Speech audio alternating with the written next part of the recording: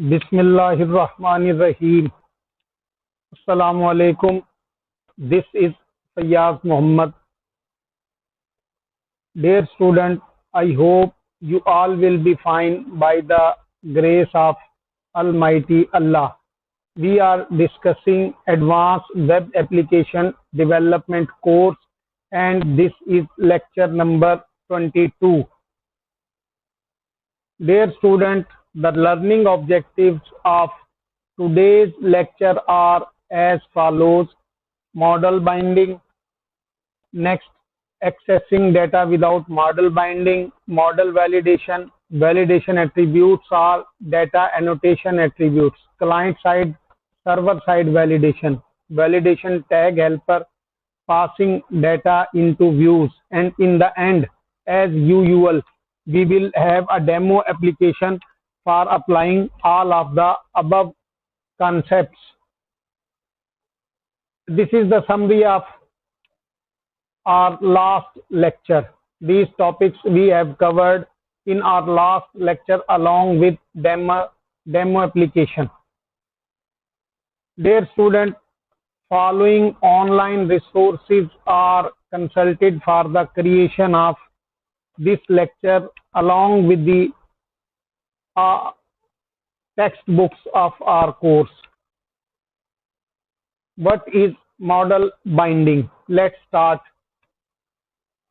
Dear student, you know web apps very basic job is to collect and process user input data, and that data should be processed with business logic and usually then saved to database.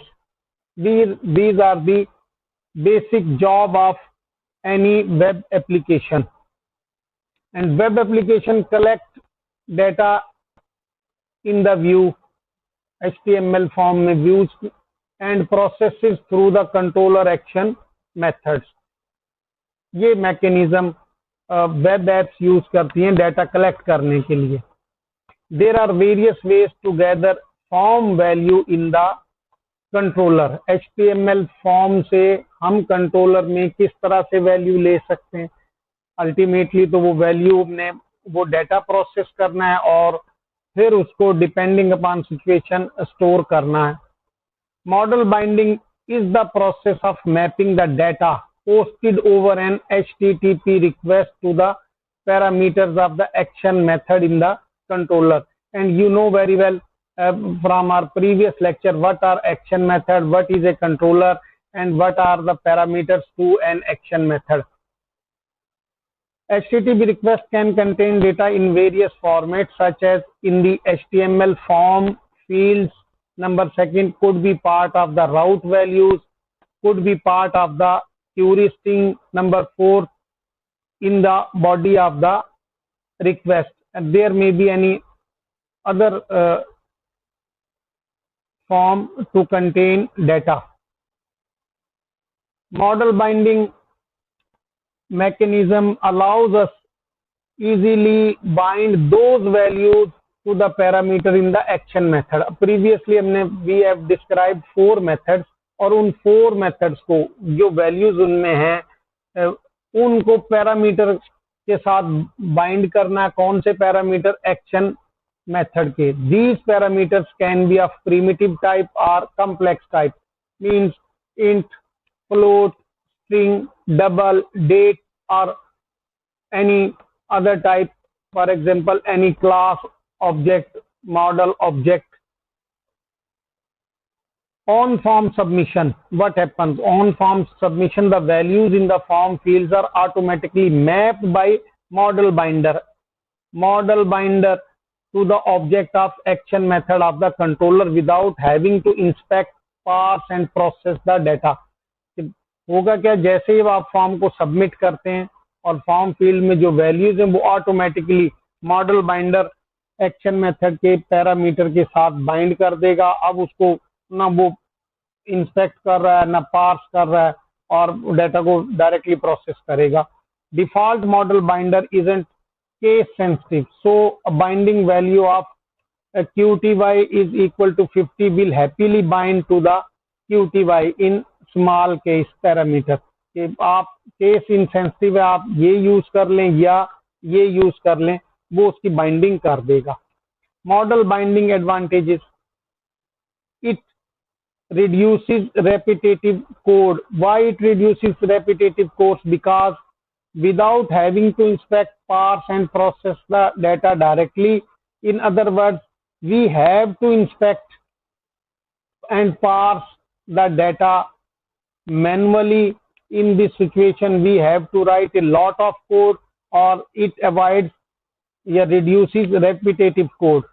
And other advantage is when your time is saved by writing same code again and again, you focus on the important aspect of your application, that is the business requirement for which application is going to be developed. Model binding sources, model binders look implicitly for a match in the following binding sources in order. इसी तरतीब में सबसे पहले form fields को check करेगा, next route value को, और third पे क्यूरी स्ट्रिंग को, और वो and will take the first value if it finds, if any, that matches the name of the parameter. Each of these binding sources store values as name value pairs. Name value pair की सूरत में store करते हैं। सबसे पहले वो किनको check करता है, फॉर्म फील्ड्स को, नेक्स्ट राउट वैल्यूज को, और थर्ड पे this is the order model binder check करता है। और फॉर्म फील्ड्स क्या है, sent in the body of HTTP request when a form is sent to the server using post. जब हम किसी भी फॉर्म को पोस्ट करते हैं, form fields are sent in the body of an HTTP request, not header. Next route values are obtained from URL segments. हमने previously भी डिस्कस किया था राउटिंग में, are through default values after matching a route. Query strings are passed at the end of the URL के end पे, and they are separated by sign of integration, not used during routing। ये routing में use नहीं हो रही होती है। Model binder also looks explicitly for data from following sources. These three are implicit sources in this particular order, but these sources are explicit, or you are required to explicitly specify how you are getting data from request body or request header or services, and these are the implicit.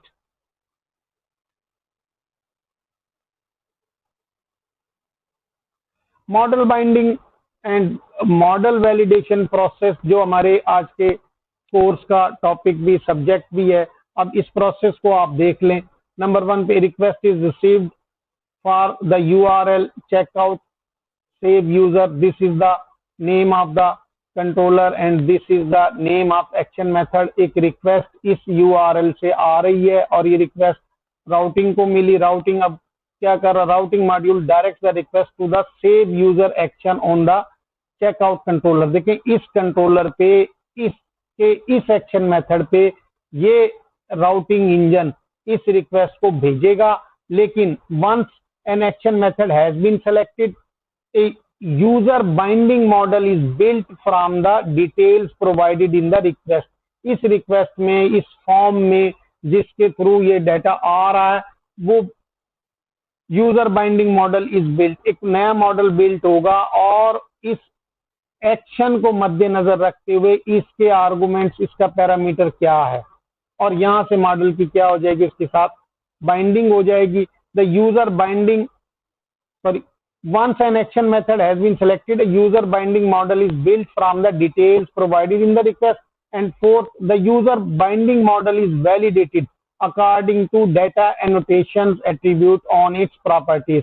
Next हम discuss करेंगे what is model validation and what are data annotation attributes। After validation, it is passed for the execution to action of the controller।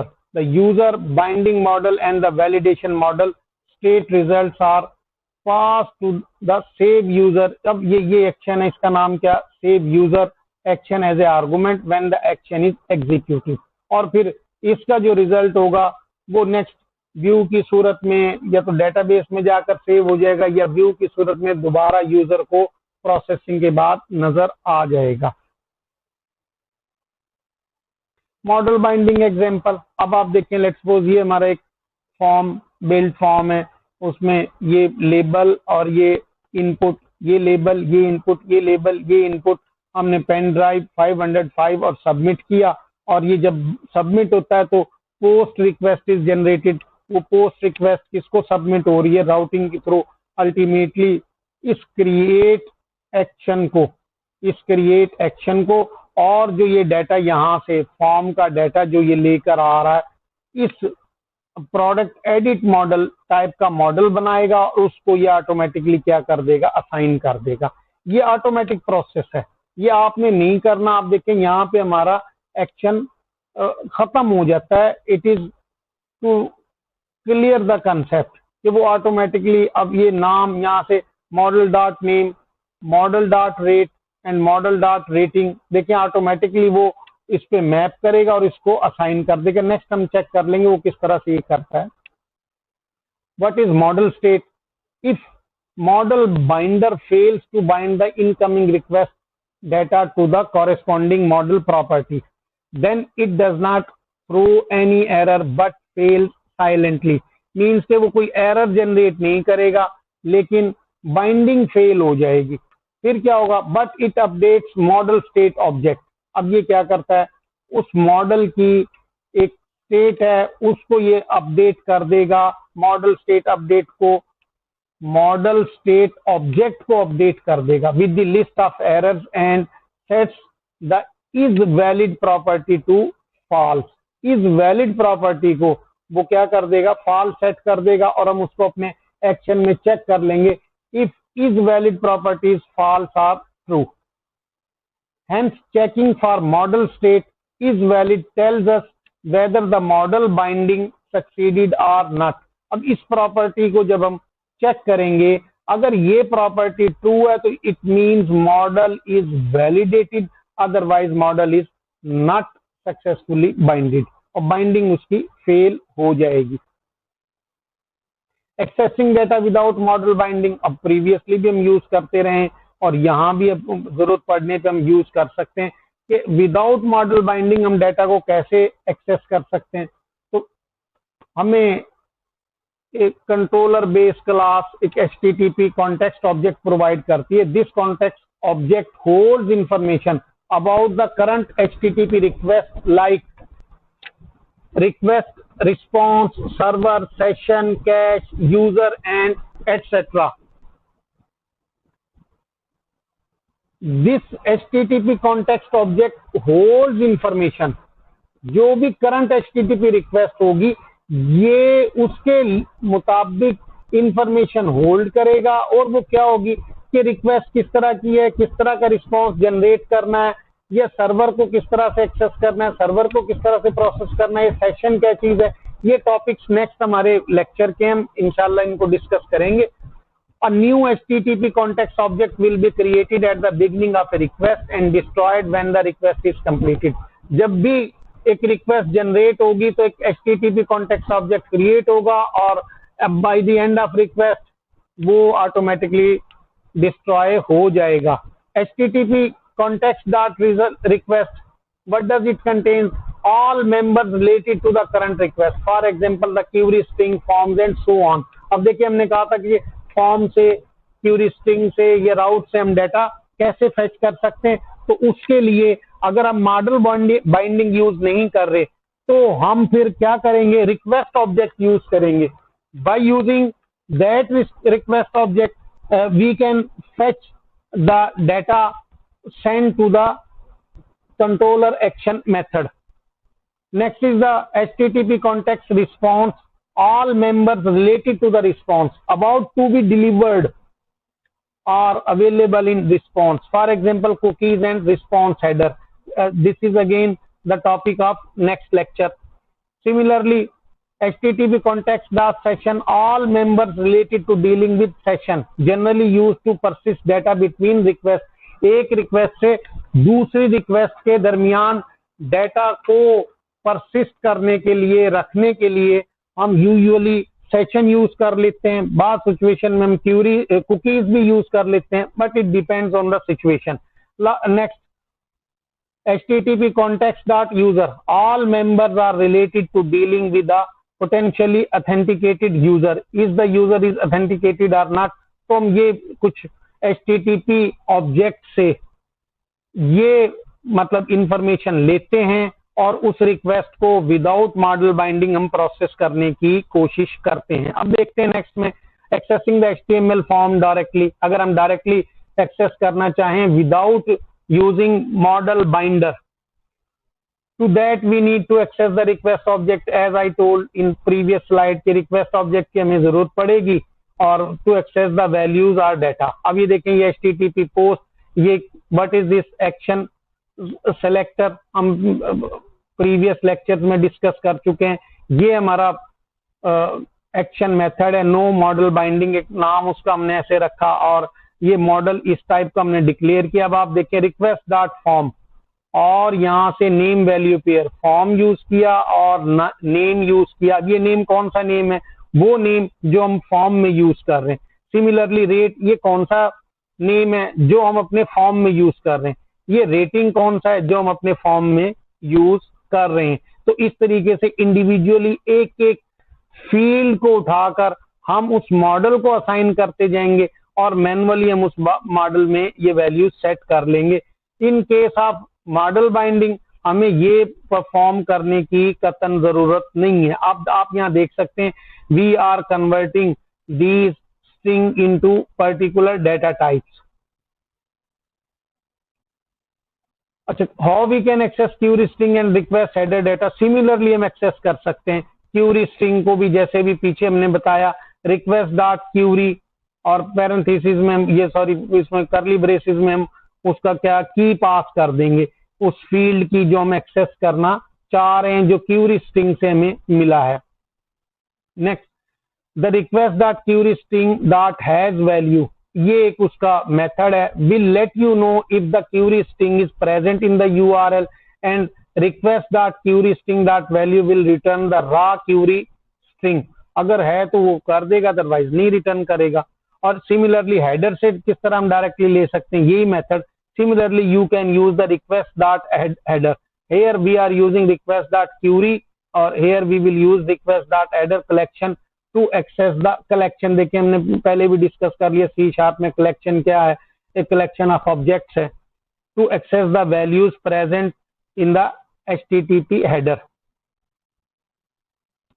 और request route data कैसे हम access कर सकते हैं, वो भी to access the route you need to override the on action execution method as shown below. और देखें हमने में एक्शन फिल्टर डिस्कस किए थे, तो यहाँ पे हम क्या कर रहे हैं, एक्शन फिल्टर यूज कर रहे हैं और उसको मतलब किसी भी एक्शन मेथड को एग्जीक्यूट करने से पहले हमने इस एक्शन फिल्टर को एग्जीक्यूट किया. और फिर ये देखें कॉन्टेक्स्ट डॉट राउट डाटा डॉट वैल्यूज और सिमिलरली हम वो करली ब्रेसेस में ये स्क्वायर ब्रैकेट्स के अंदर हम एक फील्ड आईडी पास कर रहे हैं और इसको हम फिर किस में कन्वर्ट कर रहे हैं, टू स्ट्रिंग में कर रहे हैं और ये स्ट्रिंग आईडी को वैल्यू असाइन कर देते हैं.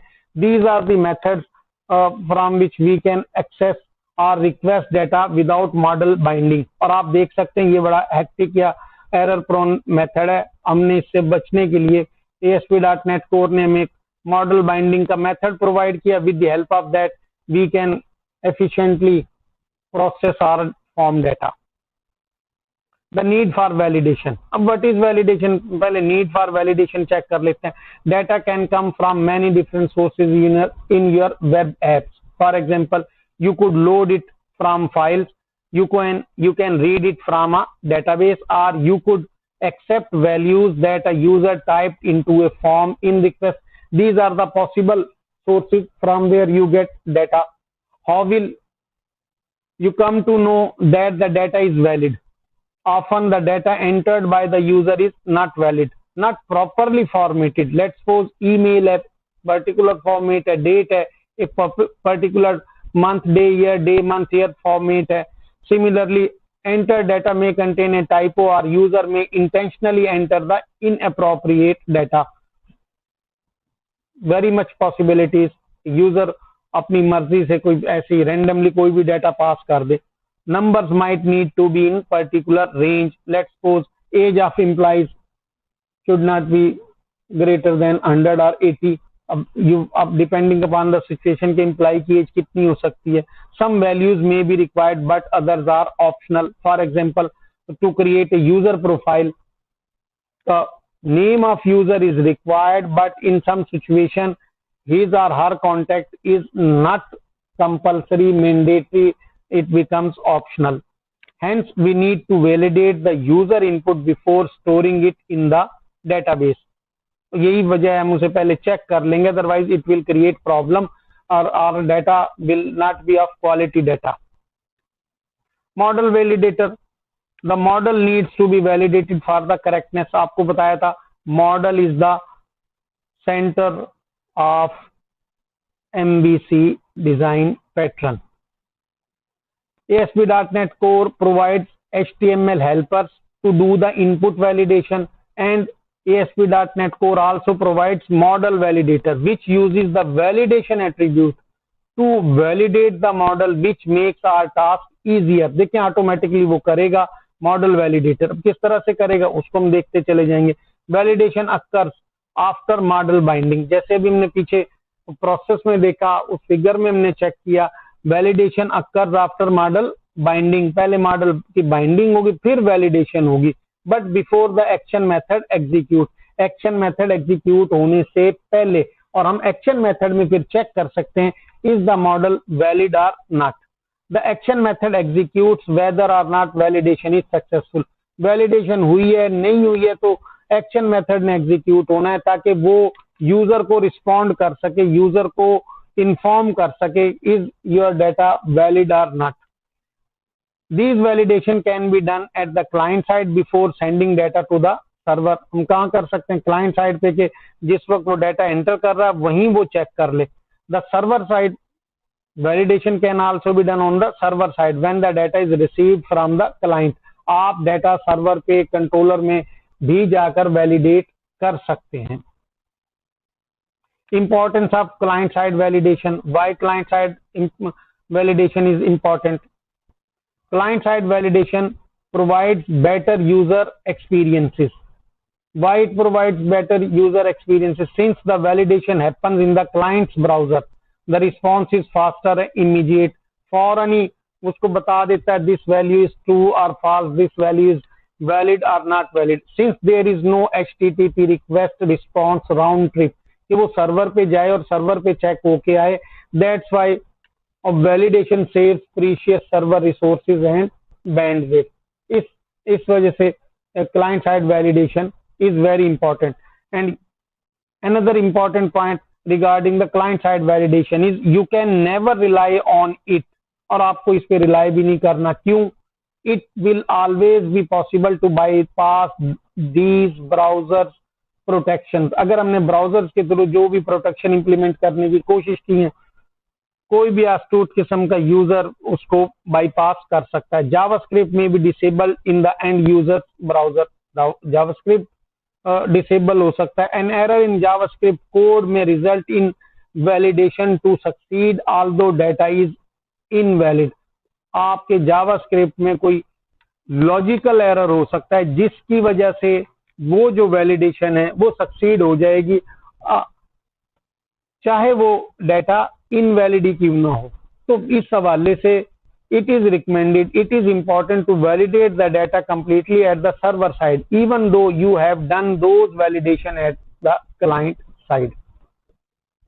Validation or attribute or data annotation attribute. Data annotation attributes are also called validation attributes. These attributes allow you to specify rules that the properties in your model should conform to.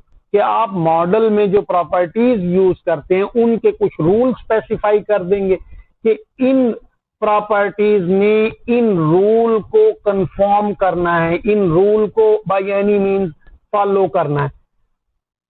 These attributes provide metadata about your model by describing the sort of data the model or property should contain as opposed to the data itself. अब देखें, ये बताएगा कि उस model की property ने किस तरह का डाटा कंटेन करना है, ना कि डाटा इटसेल्फ होगा। और मेटा डाटा क्या है? Meta data describes other data specifying the rules and characteristics the data should adhere to. और आपको ये अर्लियर आप क्लासेस से देख रहे हैं कि मेटा डाटा हम किस पर्पस के लिए यूज करते हैं। These attributes uses system.component.model.data annotation namespace to do validation at the model level. These attributes are capable of performing validation on the server side as well as on the client side. With the help of data annotation attributes, we can do validation on both sides, client side and server side. These attributes are automatically detected by the ASP.NET Core and uses them to validate the data during the model binding process. और वो जब automatically ये detect करता है ASP.NET जब model bind करता है, these attributes are easy to use and the code becomes much cleaner as compared to normal ASP.NET validators. मतलब अगर हम इसके अलावा दूसरे वैलिडेटर यूज करें तो यहाँ पे कोड क्लीनर भी बनता है और उसको समझना आसान है, मेंटेन करना आसान हो जाता है। किस तरह से? ये list of data annotation attributes, ये सेवरल डाटा एनोटेशन एट्रीब्यूट्स हैं और the name of these attribute is self descriptive. आपको नाम से ही पता लग रहा है जिस फील्ड को प्रॉपर्टी को हम रिक्वायर्ड कहेंगे, इट मीन्स कि इट मस्ट नॉट एम्प्टी और नल। इस तरह regular expression, range, email address, display name, display format, scaffold, string length, URL hint, data type, string length, max length, mean length and data type. These are the few of the attributes provided to us by ASP.NET Core data annotation attribute.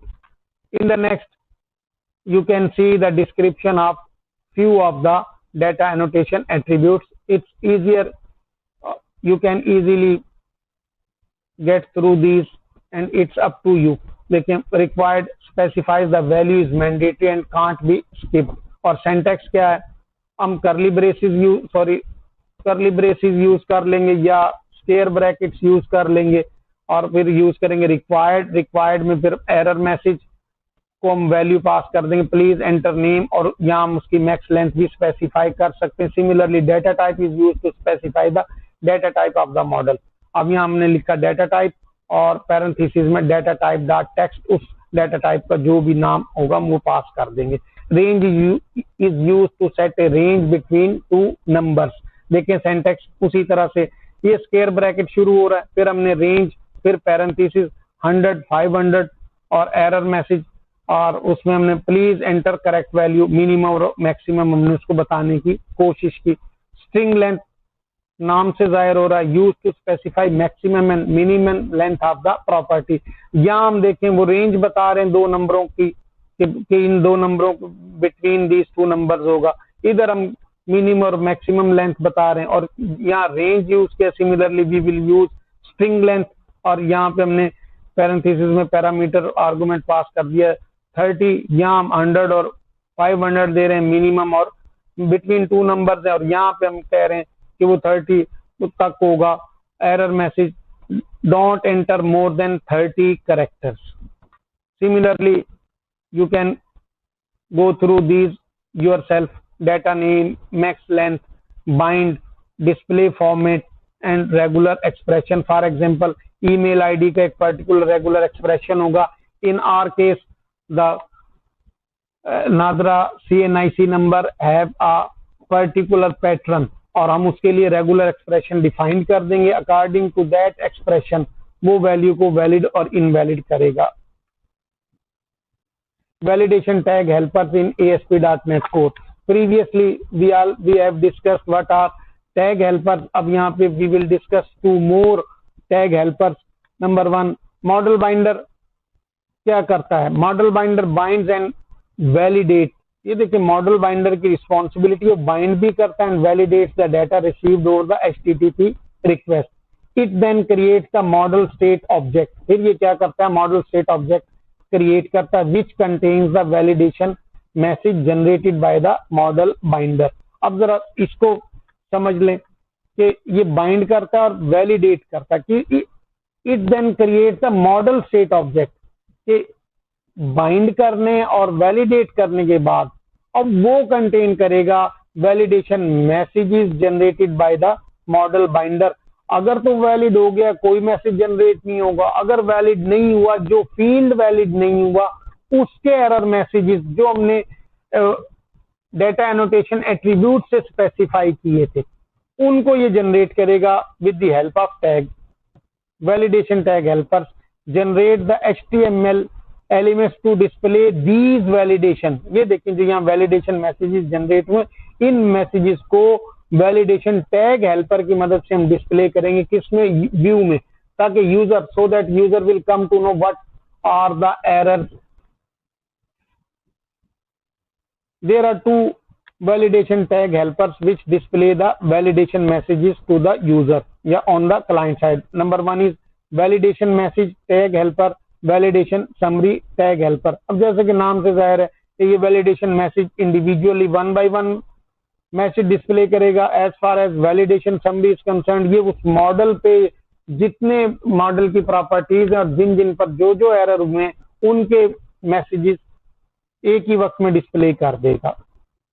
Validation message text helper किस तरह से ये होता है, ये helper target the span element. देखें अभी हमने देखना है ये किसको टारगेट कर रहा है, स्पैन को। और as far as summary tag इस validation is concern that targets the div.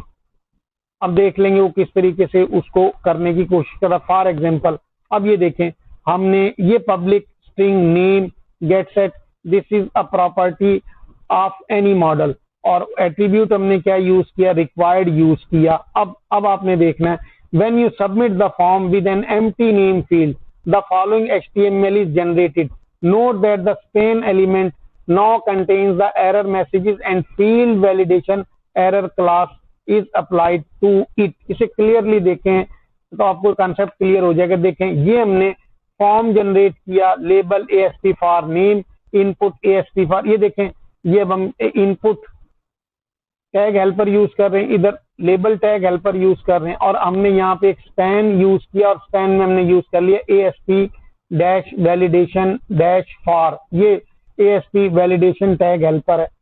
और उसको नाम के ये कौन से फील्ड पे हम अप्लाई कर रहे हैं, नेम पे अप्लाई कर रहे हैं। अब जब ये हम यहाँ बता रहे हैं कि इट इज रिक्वायर्ड, और जब ये फॉर्म सबमिट होगा, समझ लें कि ये हमारा पूरे का पूरा फॉर्म है और इसमें एक ही इनपुट फील्ड है name.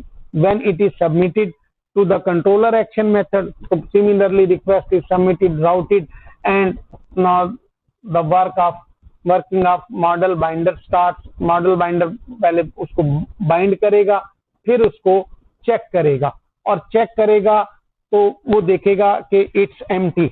If it's empty then what will it do, it will send back request to the user, और यूजर को जब ये रिक्वेस्ट आएगी तो उसके पास जो ये फॉर्म था उसमें क्या डिस्प्ले होगा वो देखते हैं, वो क्या डिस्प्ले होगा। अब ये देखें label for name, name as it is, input type is text. अब देखें इन टैग हेल्पर्स को ट्रांसलेट किया रेजर व्यू इंजन ने, और उसने देखें टाइप खुद डिफाइन की, क्लास यहाँ पे input validation error data dash val is equal to true, data dash val dash required. अब रिक्वायर्ड में उसने क्या लिया, name field is required, ID ये ऑटोमेटिकली उसने टैग हेल्पर की मदद से जनरेट किया रेजर इंजन ने, name is equal to name ये भी उसी की मदद से, और ये वैल्यू इज इक्वल टू 0। और स्पैन में देखें क्या आ जाएगा, स्पैन में हमने यहाँ ASP dash validation for name use किया था। अब सर्वर से उस मॉडल को जो डाटा मिला वो इधर डिस्प्ले कर देगा। The required field is the name field is required, देखें क्या लिखा हुआ है, the name field is required, जबकि हमने यहाँ कोई ऐसी स्पेसिफिकेशन नहीं दी। उसने जो हमने यहाँ पे जैसे रिक्वायर्ड लिखा और इसके बाद अगर हम लिख देते हैं the name field is required, वो ऑटोमेटिकली जो हम यहाँ पास कर देंगे, जो स्ट्रिंग पास कर देंगे वो रिक्वायर्ड में उस मैसेज को डिस्प्ले कर देगा। अभी हम इसकी प्रैक्टिकल डेमोस्ट्रेशन भी देख लेंगे। वैलिडेशन समरी टैग हेल्पर, अब ये क्या करता है, टारगेट्स द HTML div, जैसे मैंने पिछली स्लाइड में बताया वो स्पैन को टारगेट करता है, ये div को एलिमेंट को HTML के div एलिमेंट्स को टारगेट करता है। And it is used to display all of the forms validation error messages at one place, कि उस फॉर्म पे जितने आपने इनपुट फील्ड यूज किए थे या अदर टाइप के फील्ड यूज किए थे, उन पे जो एरर जनरेट हुए हैं वो एक प्लेस पे सारे के सारे दिखा देगा। और जबकि हमने पीछे देखा कि वो पर्टिकुलर फील्ड के साथ, पर्टिकुलर एलिमेंट के साथ एरर डिस्प्ले करता है, जबकि ये div यूज करता है और सारे के सारे एरर एक ही जगह डिस्प्ले कर देगा। Each error message is displayed in an unordered list, UL आप पहले जानते हैं HTML में what is an unordered list. अब ये ASP-validation-summary tag helper is placed at the top of the form so as to display the error messages। अब आपका form हो सकता है इतने एलिमेंट हो, आपको स्क्रॉल भी करना पड़े, फॉर्म के टॉप पे आपको सारे के सारे एरर मैसेजेस मिल जाएंगे। कैसे मिलेंगे वो हम देख लेंगे अभी।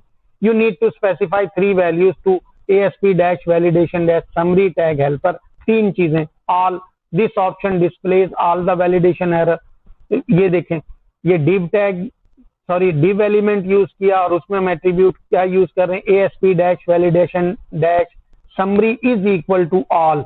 अब क्या होगा कि वो इस div में अब किसी भी पर्टिकुलर फॉर्म से रिलेटेड जितने एरर्स होंगे वो इस div एलिमेंट में डिस्प्ले कर देगा। Next, model only, this option displays the model level validation error, the property model errors are not displayed. जो हमने इंडिविजुअल डिस्प्ले किए थे, हो सकता है किसी पर्टिकुलर मॉडल से रिलेटेड हमने कोई स्पेसिफिक कोई रखा हो, कोई इफ दीज एरर्स अक्सर these data values are not validated then the model will be invalid.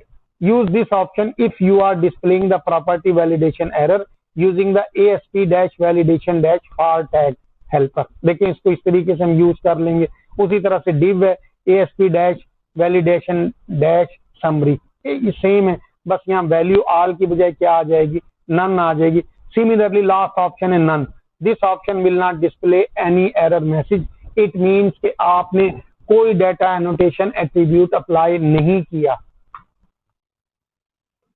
Unobtrusive client-side validation in ASP.NET Core. अब what is this? Client-side validation can be performed in many ways. You can use JavaScript libraries like jQuery validation and JavaScript unobtrusive libraries। अब ये built in libraries हैं, हम इनकी मदद से validation कर सकते हैं। HTML5 बिल्ट इन वैलिडेशन, या HTML5 भी हमें कुछ बिल्ट इन वैलिडेशन प्रोवाइड करता है, हम वो भी यूज कर सकते हैं। या we can write our own code in JavaScript to validate the data on client side. ASP.NET Core includes unobtrusive client side validation libraries. देखिए ये लाइब्रेरी ASP.NET इंक्लूड करता है, which makes it easier to add client side validation code without writing a single line of code. और ये हम अपनी demonstration application में भी देख लेंगे कि कोई लाइन ऑफ कोड नहीं लिख रहे, वो सर्वर साइड उन्हीं एट्रीब्यूट को यूज करके आपको क्लाइंट साइड पे वैलिडेशन कर देगा। Unobtrusive client side validation in ASP.NET Core uses the same attributes to validate the properties used by the model validator on the client side. The difference is that it uses the JavaScript instead of C# code. Server side पे C# code use हो रहा है और client side पे क्या use हो रहा है, जावास्क्रिप्ट कोड यूज होगा। How to use unobtrusive client side validation, जैसे मैंने बताया अनऑब्ट्रूसिव वैलिडेशन में क्या हो रहा है, is done using the jQuery.validate.unobtrusive.js library. ये लाइब्रेरी वो यूज करिए, this library is built on top of jQuery.validate.js। इस लाइब्रेरी की पर ये बनाई गई है, which in turn uses the jQuery। Next lecture में फिर हम डिस्कस करेंगे what is jQuery। Hence we need to import all these in our views. ये सारी की सारी हमारे व्यू में अवेलेबल होनी चाहिए। अब वो किस तरह से, load the required JavaScript libraries. First we need to add the this library and this in our views. ये दूसरा तरीका है, these scripts are added in the layout file. जैसे हम पिछली दफा में डिस्कस कर चुके हैं कि underscore layout dot C S H T M L इस फाइल में हम ऐड कर देंगे which define the layout of our application so that they are available for all views in our application. Individually हमें उसको लोड करने की या इंपोर्ट करने की हमें जरूरत नहीं है. आप देखेंगे वो किस तरीके से, देखें आप देख सकते हैं स्क्रिप्ट और सोर्स इज इक्वल टू, हमने उसका दे दिया. प्रीवियस कोर्सेज में, वेब इंजीनियरिंग कोर्सेज में आप ये पढ़ चुके हैं कि हम किस तरीके से ये लाइब्रेरीज यूज करते हैं. यहाँ भी हम देख लेंगे अभी रेस्ट ऑफ द कोर्स में, नेक्स्ट लेक्चर्स में. ये 3-4 लाइब्रेरीज हमने इसमें क्या की है, ऐड की है. With the help of this ASP.NET Core perform client side validation. अब नेक्स्ट और last topic for today's lecture is passing data into views. अभी हम देख रहे थे व्यूज से कंट्रोलर में डाटा कैसे लेके आना. अब हम क्या करें, passing data into views from controller. कि व्यूज को डाटा कहां से मिलेगा, कंट्रोलर से मिलेगा. अब कैसे मिल रहा होगा, पहले भी प्रीवियस लेक्चर में हमने डिस्कस किया.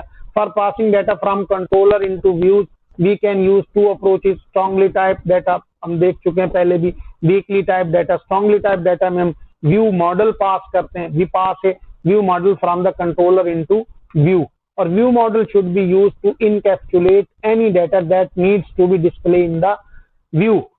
कि उसने व्यू में डिस्प्ले होना है, व्यू में सिर्फ डिस्प्ले ही होना चाहिए, प्रोसेस उसको कंट्रोलर पे ही होना चाहिए और व्यू में उसको सिर्फ डिस्प्ले ही होना चाहिए. It is strongly type class that can be any sort of object you like. और हम शुरू के लेक्चर्स में देख चुके हैं कि what are strongly type classes. View model is a best approach for passing data from a controller to a view. It is the standard mechanism for passing data between the controller and the view. We have explained this in our previous lecture. Weekly type data. It also has 2 approaches to pass a weekly type data into the view. Number 1 is view data and view back. Or from our previous lecture we have used both of them without telling you these are weekly type data. अब ये किस तरह की का data है, अब आप उसको देख लेते हैं ये किस तरह से डाटा लेकर जाएगा. View data is a dictionary of objects with string keys that can be used to pass arbitrary data from the controller to the view. अब डिपेंडिंग अपॉन सिचुएशन आप क्या करते हैं. अब देखें डिक्शनरी ऑब्जेक्ट है, dictionary of object, key and value हम उसमें स्टोर कर देंगे. की एंड वैल्यू, उस वैल्यू की कोई ना कोई की हम उसको असाइन कर देंगे और उस की मदद से हम उस वैल्यू को व्यू में एक्सेस कर सकते हैं. View data is the standard mechanism for passing data to a layout from a view. अब वहां हम देख रहे थे कंट्रोलर टू व्यू स्टैंडर्ड है व्यू मॉडल, और व्यू डाटा किसके लिए है, स्टैंडर्ड है passing data to a layout from a view. View से अगर किसी लेआउट को डाटा पास करना, it is a convenient way of passing data from a view to the layout. View back is a version of the view data that uses C# dynamic objects instead of string keys. यहाँ पे हम क्या करें, string keys use कर रहे हैं और वो यहाँ क्या करेगा, dynamic objects यूज कर लेगा. It's a dynamic wrapper around the view data object. And you can check the details in your textbook regarding what are dynamic wrappers. So you can use it in place of view data if you prefer dynamic to dictionary. When you invoke the view method in the controller action method, the view data and view bag is automatically passed to the view. आपको explicitly pass नहीं करना पड़ता. As far as view model are concerned, they are passed explicitly. In general, you should use the mechanism in the following order: first preference, first view model, then view data, and in last view bag. This is the general order of passing data into views. Clearly differentiate between view data and view bag. Dear student, know it's your an assignment or exercise. You are required to find the differences between view data and view bag, when to use each of them. It's an exercise for you. Dear student, in today's lecture, we discuss these topics. We started from model binding, then accessing data without model binding, model validation. Model validation attributes are data annotation attributes, client side, server side validation, validation helper tags, passing data into views. In the last, now we will create a demo application that is used describing the model binding, model validation, and passing data into views. Dear student, now let's start our demo application for today's lecture. Let's start our demonstration application for today's lecture. This is our application that we are working from previous lectures.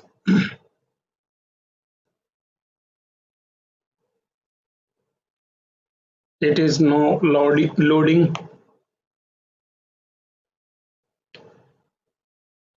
I started the application.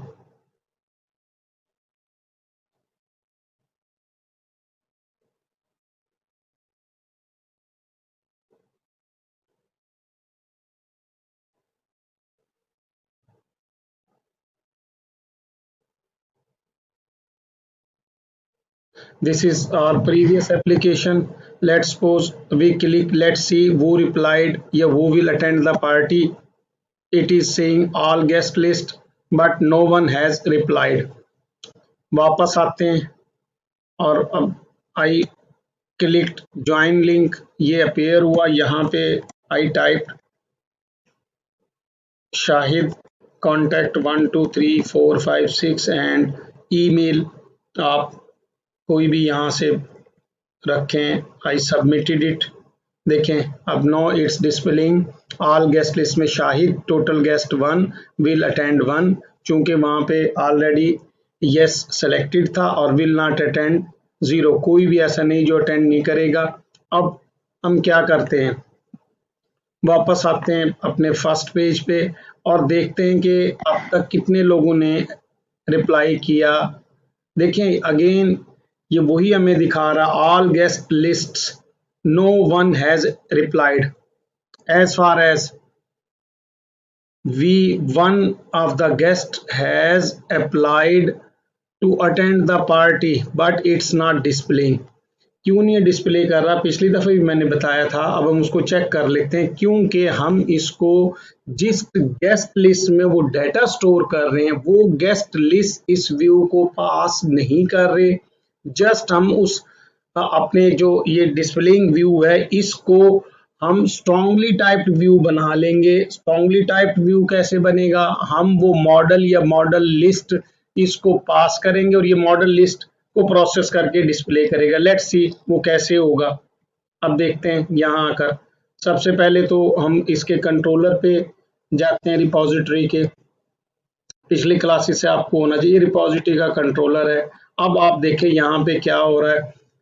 जैसे ही हम वहां से submit का button press करते हैं RSVP form से, तो ये हमने एक्शन सेलेक्टर ऐड यूज किया हुआ है. ऐड को हम कॉल करते हैं. अब यहाँ क्या हो रहा है, गेस्ट को हम पास कर रहे हैं अपने फॉर्म से, या इन अदर वर्ड्स आज के लेक्चर में भी हमने डिस्कस किया, वो जो गेस्ट जो उस स्क्रीन पे RSVP स्क्रीन पे डाटा इनपुट के तौर पे ले रहे हैं उसकी बाइंडिंग हो जाएगी इस गेस्ट के साथ. आज के लेक्चर में हमने डिस्कस भी यही किया कि मॉडल बाइंडिंग कैसे हो रही है. तो वहां पे वो 3 फील्ड उसी नाम से हैं जो फील्ड यहाँ पे गेस्ट में हमने इस अपने मॉडल में क्रिएट किए थे, वो भी आप देख ले ताकि बिल्कुल क्लियर हो जाए कि किस तरीके से हमने किया. ये हमारा गेस्ट मॉडल, और यहाँ पे देखें guest name, contact, email, will attend, these are the 4 properties of our model. और मॉडल का नाम क्या है, हमारे मॉडल का नाम क्या है, गेस्ट.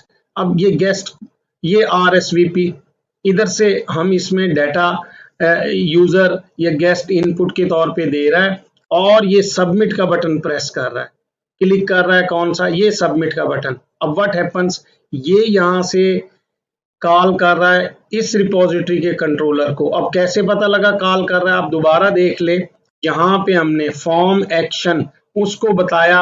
अब ये देखें विदाउट टैग हेल्पर्स हम कर रहे हैं, फिर हम इसको कन्वर्ट कर देंगे with the help of tag helper. हम इसको कैसे करेंगे फॉर द टाइम बिंग, अभी अब देखें रिपोजिटरी और फिर उसका कौन सा मेथड, एक्शन मेथड कॉल किया जा रहा है, एड एक्शन मेथड कॉल किया जा रहा है।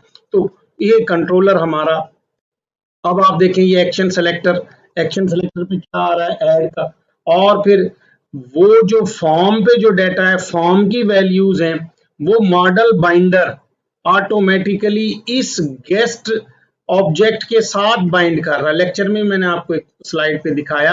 अब वो वही गेस्ट हमने क्या किया, रिपोजिटरी में हमने, ये रिपोजिटरी हमारा एक और मॉडल है, उस के प्रॉपर्टी में लिस्ट में गेस्ट ऑब्जेक्ट को ऐड कर दिया और फिर क्या रिटर्न किया, व्यू रिटर्न किया। कौन सा व्यू रिटर्न किया, बाय डिफॉल्ट तो इसी नाम से वो रिटर्न कर सकता है व्यू, लेकिन चूंकि इस नाम का व्यू नहीं, हमने इंडेक्स रिटर्न कराना है तो इंडेक्स व्यू का नाम पास कर दिया। अगर फुल पाथ देंगे तो फिर हम CSHTML एक्सटेंशन भी देंगे, चूंकि पार्शल दे रहे हैं तो हमने उसको उसकी एक्सटेंशन भी दी। और ये मॉडल हम उसको पास कर रहे हैं गेस्ट लिस्ट, क्योंकि ये ऑब्जेक्ट गेस्ट लिस्ट में जाके ऐड हो जाता है। वो गेस्ट लिस्ट हम पास कर रहे हैं, वो मिलती है इंडेक्स को। इंडेक्स उसको देखें वो यहाँ पे प्रोसेस करके आपको डिस्प्ले कर देता है।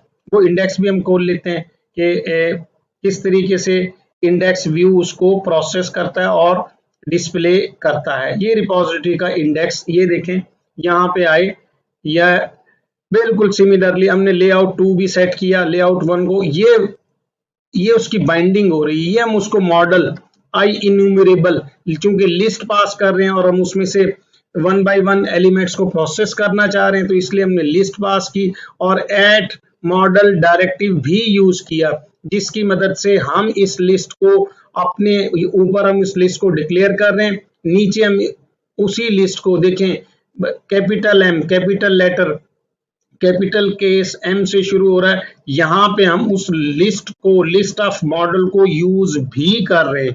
अब इसकी वजह से ये बन गया स्ट्रॉन्गली टाइप्ड व्यू। क्यों स्ट्रॉन्गली टाइप्ड बन रहा है, ये देखें इधर से हम उसको बता रहे हैं कि ये व्यू इंडेक्स जब डिस्प्ले हो, प्रेजेंट करे इंफॉर्मेशन, तो ये मॉडल यूज करे। इसकी बाइंडिंग अब इसके साथ होगी। अब हम क्या कर रहे हैं, व्यू से, सॉरी कंट्रोलर से व्यू को डाटा पास कर रहे हैं। पहले भी मैंने बताया, आज के लेक्चर में भी हमने देखा कि हमारे पास वेरियस मेथड्स हैं। हम फॉर्म से या व्यू से कंट्रोलर पे कैसे डाटा ले सकते हैं, इसी तरीके से हम कंट्रोलर से व्यू को डाटा कैसे पास कर सकते हैं। तो ये एग्जांपल हम पिछले कई लेक्चर से कर रहे हैं, लेकिन अब मेरा ख्याल है कंसेप्ट मजीद क्लियर हो जाना चाहिए। अब देखें दूसरे नंबर पे, जब हमने अभी एप्लीकेशन चलाई तो शुरू में हम उसको क्लिक करते हैं डिस्प्ले द लिस्ट, वो अब रिप्लाइड, तो वो उस लिस्ट में अगरचे एलिमेंट्स बहुत सारे हैं, लेकिन फिर भी वो क्या डिस्प्ले कर रहा है, वो 0 डिस्प्ले कर रहा है। वो 0 क्यों डिस्प्ले कर रहा है, क्योंकि हम ये वाला मेथड कॉल कर रहे हैं इंडेक्स। क्योंकि हम ये वाला मेथड कॉल कर रहे हैं इंडेक्स, तो इसको हम कोई डाटा पास नहीं कर रहे। जब हम इसको कोई डाटा पास नहीं कर रहे तो अल्टीमेटली उसने ये डिस्प्ले कराना है। अब हम इसको भी स्ट्रॉन्गली टाइप बना देते हैं। जस्ट क्या करना है, यही लिस्ट, ये रिपोजिटरी और डॉट गेस्ट लिस्ट हम यहाँ पास कर दें।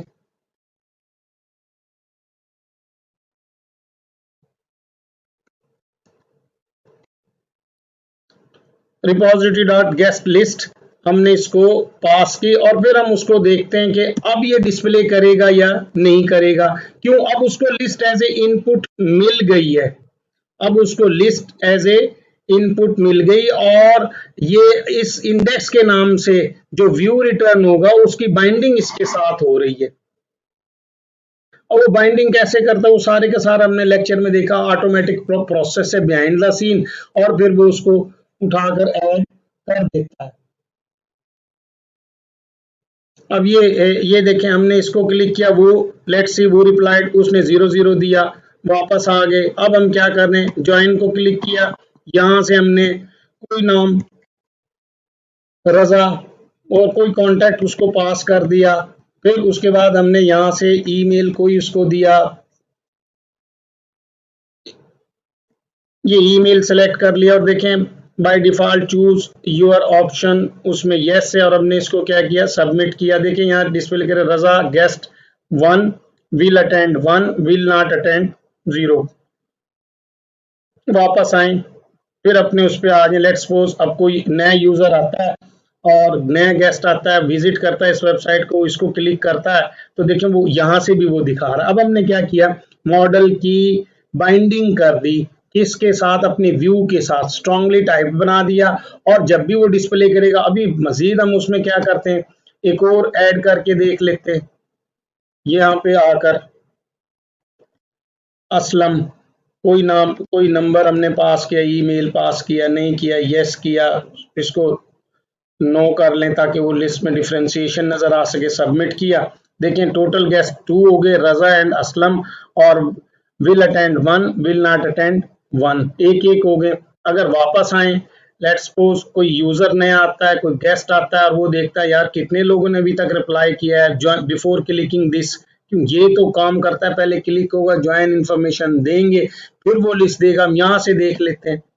अब देखें यहाँ से भी वो लिस्ट काम कर रही है, यहाँ तक तो हमारा काम अकॉर्डिंगली हो गया। नो, अब हमने क्या करना है, अभी आप देखें यहाँ बैक आए, I click the button join और मैंने इसको सबमिट किया। देखें उसने टोटल गेस्ट 3 कर दिए, क्योंकि हमने नाम नहीं पास किया था, क्योंकि कुछ भी हमने उसको डाटा नहीं पास किया, लेकिन उसने क्या किया, एक एम्प्टी ऑब्जेक्ट लिस्ट में ऐड कर दिया। वापस आते हैं और आकर फिर हम उसको क्या करते हैं, सबमिट करते हैं। अब फिर देखें उसने टोटल गेस्ट 4 और विल अटेंड 3 और विल नॉट अटेंड 1। अब वापस आ जाते हैं, अब जरा इसकी लॉजिक देख लें, यस की बजाय हमने यहाँ क्या किया, नो किया और किसी ने ऐसे सबमिट कर दिया। अब टोटल गेस्ट वो कह रहा है 5 है, विल अटेंड 3 है, 2 विल नॉट अटेंड। अब ऊपर इंफॉर्मेशन 2 की आ रही है।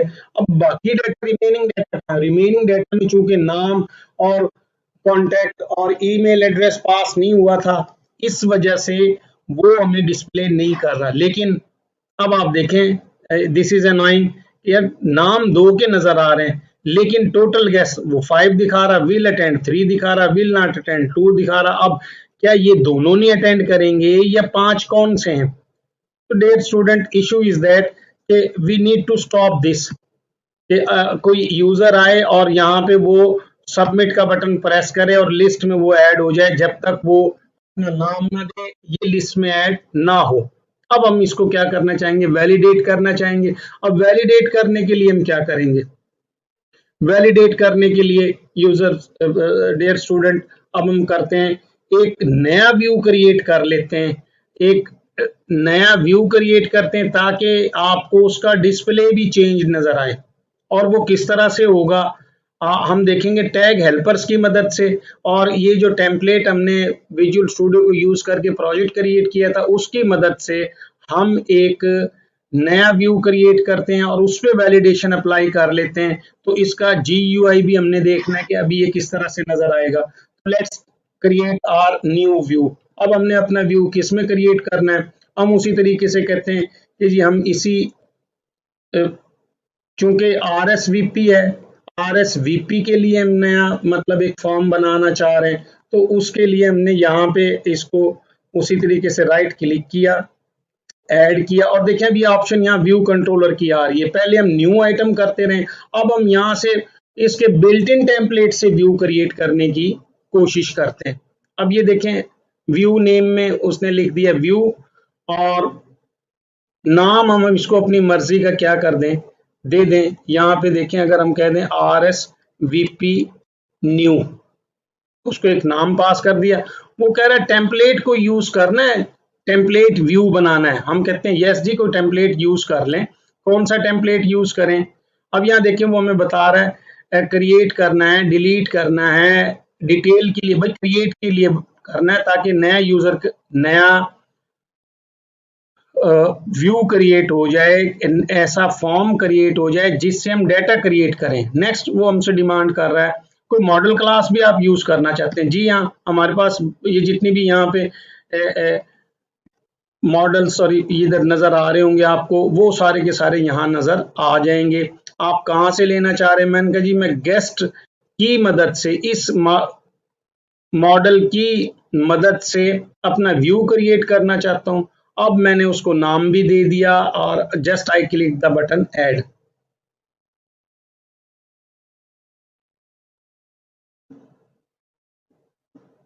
अब देखें, it's creating a view for us. Visual studio अब हमें एक व्यू क्रिएट करके हमारे सामने ले आएगा। इट्स प्रोसेसिंग, और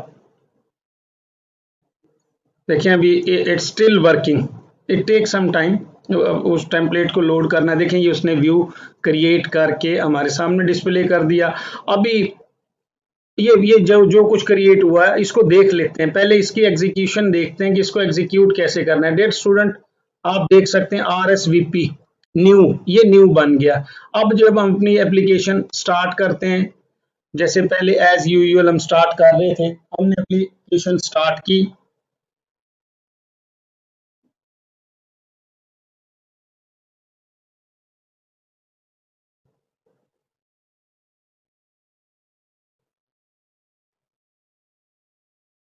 ये देखें ये बिल्कुल सिमिलरली डिस्प्ले और ये ज्वाइन का क्लिक किया, यहाँ पे उसने क्या किया, प्रीवियस जो वो एज यूजुअल हमने उसके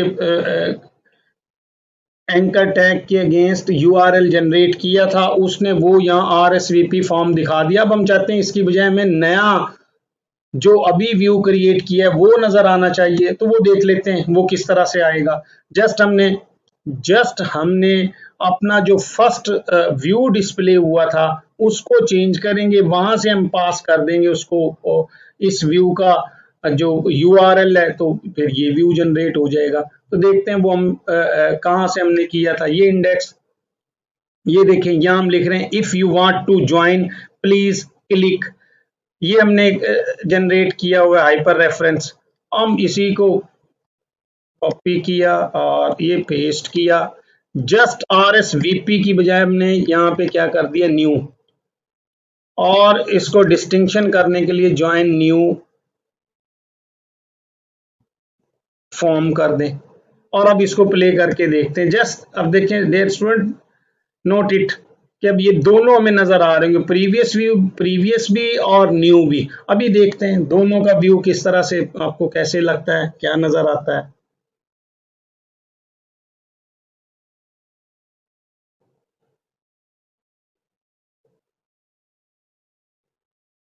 ये देखें, ये ज्वाइन, ये ओल्ड प्रीवियस, इसको क्लिक किया, ये व्यू आपके सामने वापस आए, और मैंने ज्वाइन न्यू फॉर्म को किया। अब देखें वो यहां में बता रहा है RSVP new is not available, why it's not available.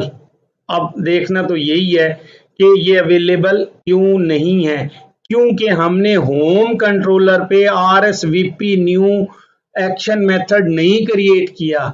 अब देखें हमने URL तो जनरेट किया, उस URL ने, इस एक्शन मेथड ने उस URL को प्रोसेस करना वो जनरेट नहीं किया। तो अब हम वापस आएंगे होम कंट्रोलर पर, और होम कंट्रोलर में देखें फिर हम क्या क्रिएट करेंगे, अपना एक्शन मेथड। और वो एक्शन मेथड क्या, इसी को हमने जस्ट कॉपी किया, यहाँ पे पेस्ट किया, जस्ट इसको रिप्लेस कर दिया न्यू से।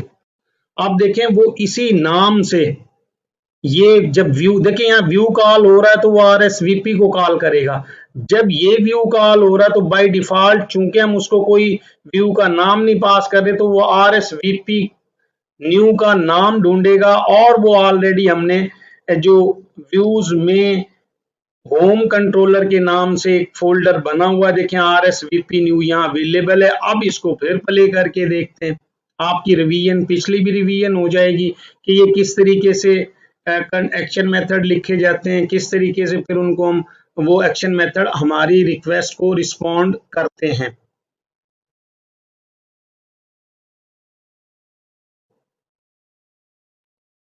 ये देखें, अब हम फिर ज्वाइन न्यू फॉर्म को फिर क्लिक करते हैं। अब देखें डेयर स्टूडेंट, अब आप देखें कैसा अब इसका GUI देखें, उसने ऑटोमेटिकली डिफॉल्ट क्या लिया, वही जो कंट्रोल सॉरी लेआउट हमने पहले बनाया हुआ था डिफॉल्ट एप्लीकेशन का वो ले लिया। RSVP गेस्ट जो हमने मॉडल का नाम था वो ऑटोमेटिकली उसने उठाया, हमने नाम नहीं हमने पास किया। देखिए यहाँ खुद वो हमने जस्ट कहा था इस मॉडल को ले और टेम्पलेट की मदद से व्यू क्रिएट कर दे गेस्ट, और इसका डिस्प्ले आप देखें और वापस आकर इस ज्वाइन का देखें डिस्प्ले, तो आपको कुछ ना कुछ डिफ्रेंसिएशन नजर आ रही होगी। अब वो ये क्या कर रहा है, अब सिंपल इज दैट कि वो टेम्पलेट बूटस्ट्रैप को यूज करता है और उसको यूज करके इस गेस्ट मॉडल से ये सारी इंफॉर्मेशन उठा लेता है। ये सारी की सारी इंफॉर्मेशन किससे उठा लेता है, इस गेस्ट मॉडल से उठाता है। और गेस्ट मॉडल की जब हमने कहा इस व्यू को क्रिएट करे तो कौन सा मॉडल यूज करे, हमने वहां एक्सप्लिसिटली बताया गेस्ट मॉडल यूज करे, तो गेस्ट मॉडल की यहाँ बाइंडिंग भी होगी। अब उस व्यू को हम देखते हैं तो कॉन्सेप्ट आपको खासा क्लियर हो जाएगा। अब देखता फिर इसके अलावा हम यहाँ देख लेते हैं। अब देखें प्रीवियस वैल्यूज वो ऐसे ही दे रहा है, यहाँ कॉन्टैक्ट में हमने कुछ पास किया, ईमेल में हमने ये पास किया और विल अटेंड को हमने चेक किया, अब क्रिएट किया। अब देखना है it's not performing any task. देखिए बिहाइंड द सीन उसने किया है, क्लियर तो किया लेकिन नहीं परफॉर्म कर रहा। क्यों नहीं परफॉर्म कर रहा भाई, हमने इस क्रिएट बटन जो हमने क्लिक किया यहां से डाटा की किसी कंट्रोलर को पास तो किया नहीं। अब हम अगर वहां पे डिफाइन कर लें कि ये डाटा फला कंट्रोलर को एक्शन मेथड को मिल जाए तो ऑटोमेटिकली लिस्ट में वो क्या हो जाएगा, ऐड हो जाएगा। देखते हैं सबसे पहले इस व्यू को देखते हैं, व्यू कैसे क्रिएट हुआ, फिर इस व्यू से डाटा इंसर्ट करने की कोशिश करेंगे अपनी लिस्ट में। जब ये हो जाएगा फिर हम इस पे वैलिडेशन भी अप्लाई कर देंगे। अब ये देखें RSVP न्यू, ये RSVP न्यू ये क्रिएट किया तो सबसे पहले देखें उसने automatically at model directive use किया और जिस मॉडल से ये व्यू क्रिएट किया था उसकी हमने बाइंडिंग कर दी। उसके बाद एट व्यू मॉडल को यूज करके ये हम उसको टाइटल भी पास कर रहे हैं जो आप देख रहे थे टॉप पे नजर आ रहा था। फिर हेडिंग 1 में हमने क्या किया, RSVP न्यू हमने नहीं किया, ऑटोमेटिकली टेम्पलेट ने ये क्रिएट करके पास कर दिया। फिर उसने HR एक लाइन लगा ली, फिर उसने ये div HTML एलिमेंट यूज किया और उसमें क्लास कौन सी, ये व्हाट इज क्लास, अब CSS या बूटस्ट्रैप की built in class row use की, फिर एक और div उसको पास किया। अब ये देखें यहां से वो फॉर्म क्रिएट कर रहा है, फॉर्म और ASP डैश एक्शन RSVP। देखिए हमने नहीं बताया लेकिन उसने खुद ये एक्शन मेथड क्या किया, क्रिएट किया। और जब हम उसको सबमिट करेंगे तो जाहिर है वो RSVP न्यू को कॉल करेगा, वो हमने बनाया नहीं है, वो भी हम बना लेंगे और फिर हमारा डाटा वो सिस्टम में सेव कर देगा। अब सिमिलरली आप यहाँ देख सकते हैं, अभी हम देखेंगे ये what is this ASP dash validation dash summary, ये क्या चीज है डिस्कस कर चुके हमने कि ये मॉडल ओनली में वो मॉडल से रिलेटेड एरर्स दे रहा होगा। यहाँ पे देखें उसने लेबल खुद यूज किया ASP फॉर और उसमें गेस्ट नेम, ये गेस्ट नेम कहाँ से लिया, मॉडल से लिया। इसी तरीके से उसने इसके लिए इनपुट टेक्स्ट बॉक्स बनाया, कहाँ से लिया, ये देखें गेस्ट नेम से लिया, इसमें भी वैलिडेशन अप्लाई की। हम देख लेंगे वन बाय वन। अब देखें सबमिट बटन पे आ जाएं तो ये देखें submit input type is equal to submit value, उस पर कैप्शन आ रही है क्रिएट और क्लास कौन सी उसकी बटन, बटन प्राइमरी। अगर आप यहाँ क्लास चेंज कर दें तो उसका जो ब्लूइश कलर है वो कलर भी ये अपनी उस क्लास की मदद से चेंज कर लेगा। तो डियर स्टूडेंट अब आपको थोड़ा सा आइडिया हो रहा है कि ये किस तरीके से जनरेट हो। अब हम इससे डाटा ऐड करने की क्या करते हैं, कोशिश करते हैं। तो डाटा ऐड करने की कोशिश करते हैं तो पहले हमारे पास चूंकि ये या अब ये किसको कॉल कर रहा है ये हमने देखना है। यहाँ पे वो बाय डिफॉल्ट चूंकि ये होम कंट्रोलर से आ रहा है तो बाय डिफॉल्ट वो होम कंट्रोलर को ले रहा है, लेकिन हम चाह रहे हैं कि होम कंट्रोलर की बजाय रिपोजिटरी कंट्रोलर को यूज कर ले। तो हम यहाँ पे जस्ट हम यहाँ क्या करते हैं ASP, देखें ये टैग हेल्पर की मदद से फॉर, अब वो दे रहा है सब कुछ, ASP हमने C फॉर कंट्रोलर यूज किया और कंट्रोलर में हमने कौन सा नाम रखा, रिपोजिटरी के home controller by default use करने की बजाय ये रिपोजिटरी, सॉरी ये देखें ये कंट्रोलर, क्योंकि ये रिपोजिटरी का कंट्रोलर है, इसमें अभी हमने सिर्फ ये 2 मेथड लिखे थे। अब हम तीसरा एक और मेथड लिख लेते हैं, तीसरा मेथड लिखते हैं जी। अब वो चूंकि फॉर्म सबमिट होगा तो that is considered as post method. हमने किया HTTP पोस्ट, ये हमने उसको एट्रीब्यूट यूज किया, इसको कोट्स में बदल लेंगे। अब आ जाए एक्शन मेथड की बॉडी की तरफ। एक्शन मेथड में क्या होगा, यहां आकर हमने उसी तरह से पब्लिक आई एक्शन रिजल्ट, अब देख रहे हैं, और यहां पे RSVP न्यू हमने उसको कॉल किया, और हम मॉडल बाइंडिंग भी कर लेते हैं गेस्ट, और यहाँ क्या करते हैं गेस्ट नाम का एक ऑब्जेक्ट। उसके बाद अकॉर्डिंगली ये उसका ब्लॉक शुरू हो गया, करली हमने क्या यूज कर लिए हैं, वो ब्रेसेस ब्रैकेट्स यूज कर लिए। अब हम इसमें क्या करना चाह रहे हैं, जस्ट इसको कॉपी करें, यहां रख इसको कॉल कर ले। This is very simple. आपने यहाँ पे क्या किया, उसको रखा, अब हम उसको कॉल करेंगे वहां से, तो what will it do for us, अब ये क्या करेगा, डाटा वहां से लेगा, लेकर और बाइंडिंग करेगा, बाइंडिंग करके लिस्ट में ले जाएगा, और उस लिस्ट के थ्रू ये हमें वहां पर डिस्प्ले कर देगा। ये HTTP पोस्ट देखें, ये कलर बता रहा है कि हमने वहां पे होता है कोट्स में किसको क्लोज करना है, जब हम कोई नाम पास कर रहे हैं। यहाँ पे हम उसको क्या कर रहे हैं, एक्शन वर्ब यूज कर रहे हैं पोस्ट का, कि पोस्ट में क्या होता है, जो फॉर्म पे डाटा है वो सारे का सारा इधर कंट्रोलर को ट्रांसफर हो जाता है, कंट्रोलर उससे डाटा लेता है और नया रिसोर्स क्रिएट करने की कोशिश करता है। तो डेयर स्टूडेंट देखते हैं कि वो किस तरीके से लिस्ट में डाटा ऐड करता है या नहीं करता।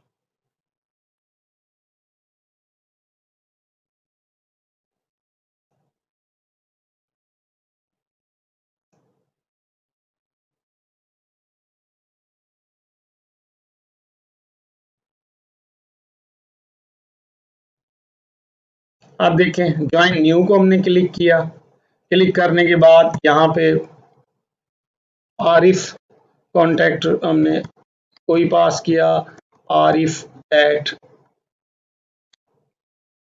कोई ऐसे पास किया, बिल अटेंड को सेलेक्ट किया और क्या किया, क्रिएट किया। देखें अब उसने क्या कहा, this local host page can't be found, क्यों वो उसको नहीं मिल रहा। अब हमने देखना है, चूंकि वो RSVP न्यू अपने नाम से उसको कॉल कर रहा है, हमने इंडेक्स कॉल करना था। ये 1 बाय 1 इसलिए आपको दिखाया जा रहा है ताकि कॉन्सेप्ट क्लियर हो जाए। अब यहाँ आ जाए, देखें हमने उसे क्या कहा, ये RSVP न्यू, और उसको हम क्या कॉल करने की कोशिश कर रहे हैं, इंडेक्स। अब इंडेक्स कौन सा व्यू है, ये इंडेक्स व्यू जो रिपोजिटरी फोल्डर में हमने क्रिएट किया है। ये देखें हमने कहाँ क्रिएट किया उसको, ये रिपोजिटरी फोल्डर में, ये वाला इंडेक्स जिसमें वो सारा का सारा चेक करेगा who is coming and who is not coming, ये हमने करने की कोशिश करनी है। अब क्लियर करें कॉन्सेप्ट को, देखें वहां से हमने पोस्ट किया और हमने कहा आई एक्शन रिपोजिट RSVP न्यू और गेस्ट, उधर हमने फॉर्म में ये लिंक क्रिएट किया और उसने इधर जंप करना है, इस गेस्ट लिस्ट में ऐड करना है, और ये गेस्ट लिस्ट इस इंडेक्स को उसने पास कर देनी है जैसे हमने यहाँ पास की थी। देखिए सारा सेंटेक्स वही है, लेकिन ये क्यों नहीं कर रहा, अभी हम एक्सप्लोर कर लेते हैं आपके सामने, ताकि इस तरह के एरर्स आपसे हों तो आप इजीली उनको ट्रैक कर सकते हो।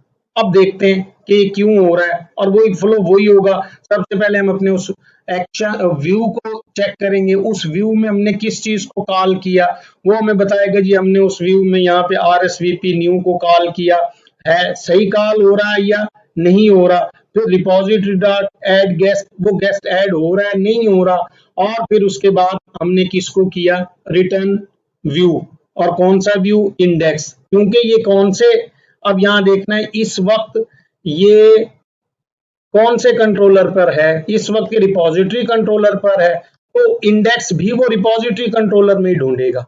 वो देख लेते हैं कि ये क्यों नहीं डिस्प्ले कर रहा, देखते हैं अभी, इसको फिर एग्जीक्यूट करते हैं।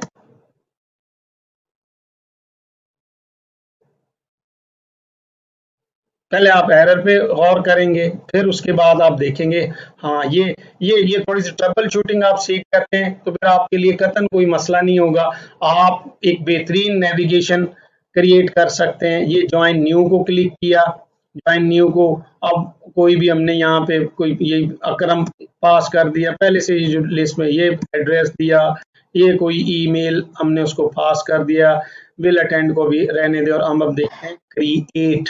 अब देखना है तवज्जो से, इस बटन को हमने क्लिक किया, देखें रिपोजिटरी पे गया, चला गया, और यहाँ पे वो क्या कह रहा है, RSVP न्यू, ये उसने RSVP न्यू को कॉल किया, और कॉल करने के बाद कह रहा this local host page can't be found और no web page found at the address, उसने कहा HTTPS लोकल होस्ट, ये उसका जो पोर्ट नंबर चल रहा है वो, और RSVP न्यू, देखें ये यहाँ चला गया।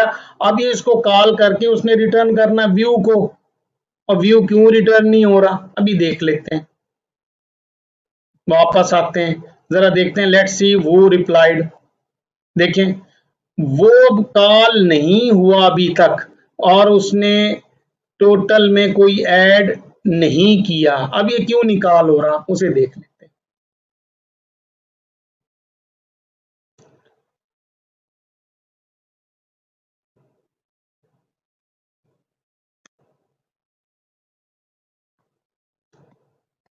ये हमारा जो न्यूली क्रिएटेड व्यू है, और ये व्यू किससे क्रिएट किया, with the help of template किया, गेस्ट टेम्पलेट, और यहाँ पे हम क्या कह रहे हैं, फॉर्म एक्शन, ये हम डिफाइन किया। अब हम नीचे आ जाते हैं, अब ये देखें बाय डिफॉल्ट इसका मेथड क्या, वो सबमिट हम कर रहे हैं, तो यहाँ पे हम उसको स्पेसिफाई कर देंगे मेथड कौन सा यूज करे, at the time of default हमने कहा पोस्ट यूज करें। अब हम इसको एग्जीक्यूट करके देख लेते हैं।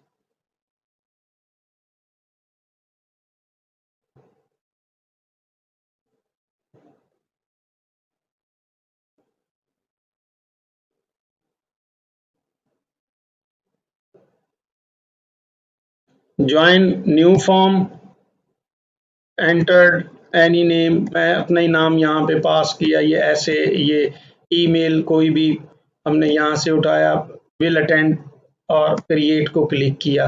अब भी देखें वो अगेन क्या कर रहा है, हमने पोस्ट मेथड भी कॉल कर लिया, अब भी वो क्या कर रहा है, this local host page can't be found. अब कहाँ पे हमसे गलती हो रही है, क्यों ये मैसेज दे रहा है, अभी हम उसको फिर अपने कंट्रोलर पर जाकर और अपनी एप्लीकेशन में जाकर उसको चेक करते हैं।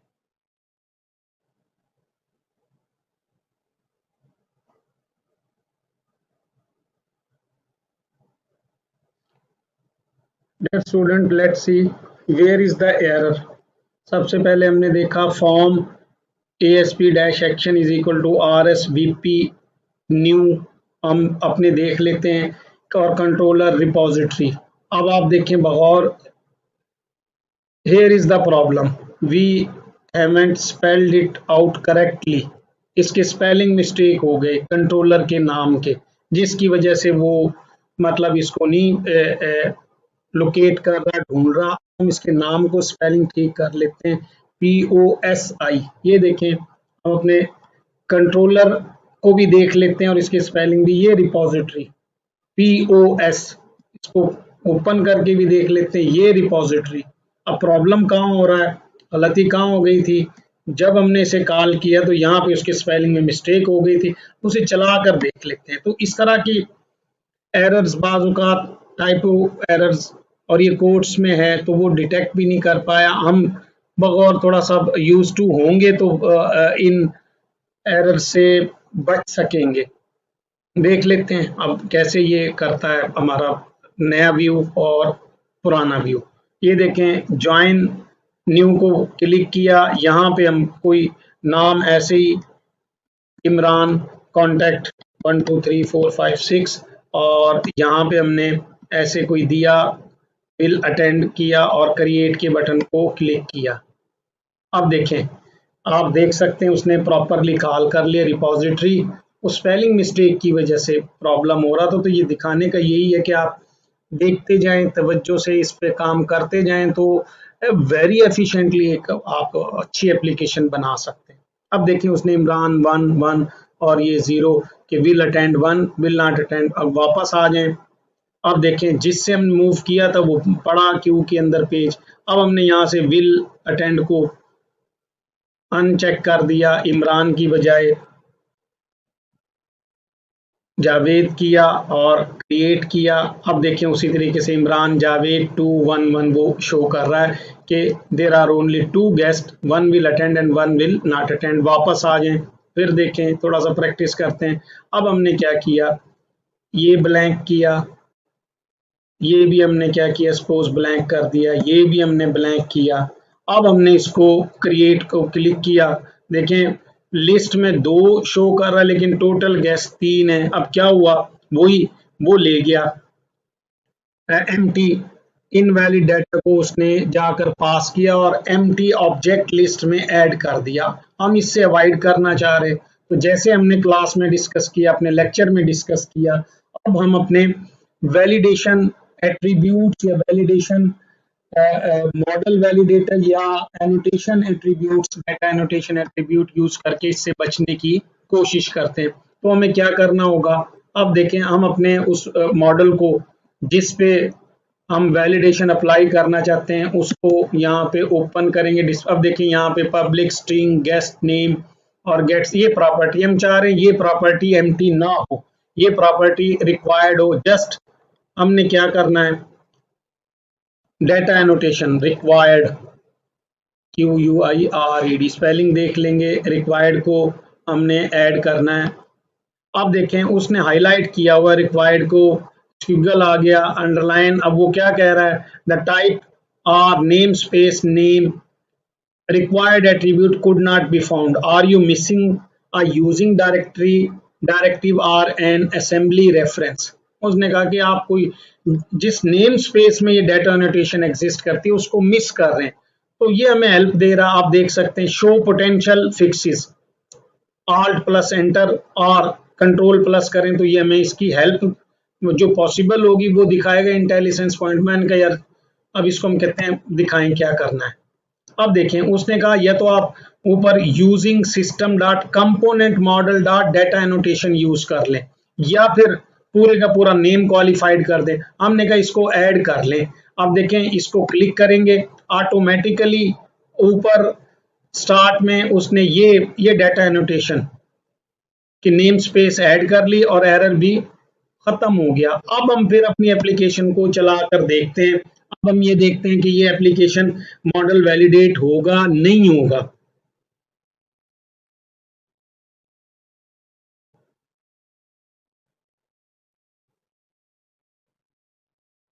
अब देखें ज्वाइन न्यू फॉर्म को क्लिक किया, क्रिएट को किया, उसने डिस्प्ले कर दिया the guest name field is required.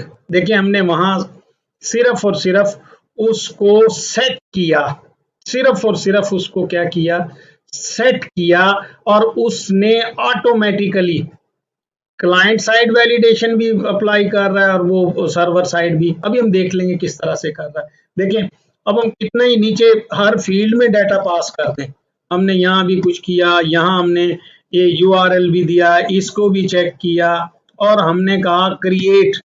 देखिए अगेन उसने हाईलाइट भी किया और नीचे रेड कलर से उसने the guest name field is required. अब हम चाह रहे हैं भाई इसकी बजाय हमारी अपनी मर्जी का मैसेज आ जाए, इसकी बजाय हमारी अपनी मर्जी का मैसेज आए। तो हमें क्या करना होगा, हम इधर चले गए, ये हमने यहाँ लिखा हुआ रिक्वायर्ड, रिक्वायर्ड के बाद हमने फर्दर उसके एट्रीब्यूट सेट कर दिए। देखें जैसे मैंने पैरेंथेसिस क्लिक किया उसने कहा वो अब दिखा रहा है उसके attributes, properties, allowed empty string को अलाउ करना है नहीं करना, एरर मैसेज कोई लाना है नहीं लाना, एरर मैसेज में क्या डिस्प्ले कराना है, तो हम अकॉर्डिंगली हम यहाँ कर लेते हैं एरर मैसेज। ये देखें एरर मैसेज टाइप किया इक्वल, ऑटोमेटिकली आपको इंटेलिजेंस पॉइंट ऑफ व्यू से हेल्प ही देता जाएगा। हम कह रहे हैं प्लीज एंटर योर नेम, ये कोर्स को क्लोज किया, पैरेंथेसिस भी हमने क्लोज किए। अब हम इसको फिर प्ले करके देख लेते हैं, सिंपल वैलिडेशन हम उस पर अप्लाई कर देंगे। पहले मैंने आपको बताया कि रिक्वायर्ड में कैसे काम करना है, तो आप लोगों ने देख लिया कि रिक्वायर्ड हमें वो आगे मूव करने नहीं दे रहा। अब हम चाह रहे हैं कि थोड़ा सा कोई उसको प्रॉम्प्ट को बेहतर मिल जाए। अब मैंने फिर क्रिएट का बटन प्रेस किया, देखें अब उसने वो गेस्ट नेम को चेंज किया, क्यों वो बाय डिफॉल्ट ला रहा था, अब यहाँ पे वो क्या कह रहा है, प्लीज एंटर योर नेम, आप अपना नाम क्या करें एंटर करें, otherwise it will not accept. अब मैंने यहाँ पे नाम जैसे उसी तरीके से कोई कलीम हम नाम रख लेते हैं। फिर उसके बाद कॉन्टैक्ट में आ गए, यहाँ से हमने ये किया, ईमेल में हमने कोई ईमेल पास कर दिया, से फर्जी, और ये इसको कहा क्रिएट करे। अब देखें कलीम, और उसने नाम डिस्प्ले कर दिया। अब हम इसको फर्दर थोड़ा सा बढ़ा लेते हैं। अब कलीम में इट हैज 6 कैरेक्टर KALEEM। अब हम चाह रहे हैं कि इसमें वैलिड नेम मिनिमम 3 कैरेक्टर का हो और मैक्सिमम 15 कैरेक्टर का ले। वेरी सिंपल, हम उसी मॉडल पे एक और एट्रीब्यूट अप्लाई कर देंगे।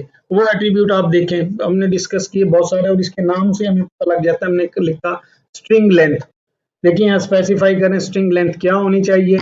ये जैसे ही पैरेंथेसिस मैंने लेफ्ट प्रेस किया उसने राइट भी दे दिया, और उसके बाद नीचे इंटेलिजेंस पॉइंट ऑफ व्यू से दे रहा है वो मैक्सिमम लेंथ कितनी होनी चाहिए। मैंने कही मैक्सिमम लेंथ 6 होनी चाहिए। फिर उसके बाद नेक्स्ट उसको मैं देखें बताने लगा मिनिमम लेंथ, टाइम भी बचा लेते हैं थोड़ा सा। अब मैंने मिनिमम लेंथ कितनी कही, 3 कह दी है।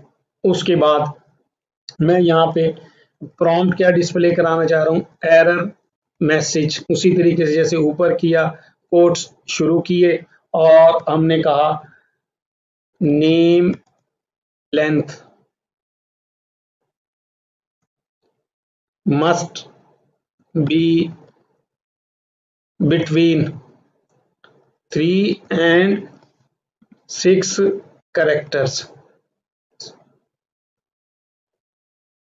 और यहाँ हमने साइन ऑफ एक्सक्लेमेशन मार्क दे दिया ऐसे डिस्टिंग्विश करने के लिए। अब हमने इसको अपनी एप्लीकेशन को अब देख सकते हैं, आप देखें अभी हमने किस पे एनोटेशन अप्लाई की है, गेस्ट पे अप्लाई की है। अब हम इसको प्ले करते हैं और देखते हैं ये क्या हमें मैसेज देगा, क्या डिस्प्ले करेगा, इसको कैसे इंटरटेन करेगा।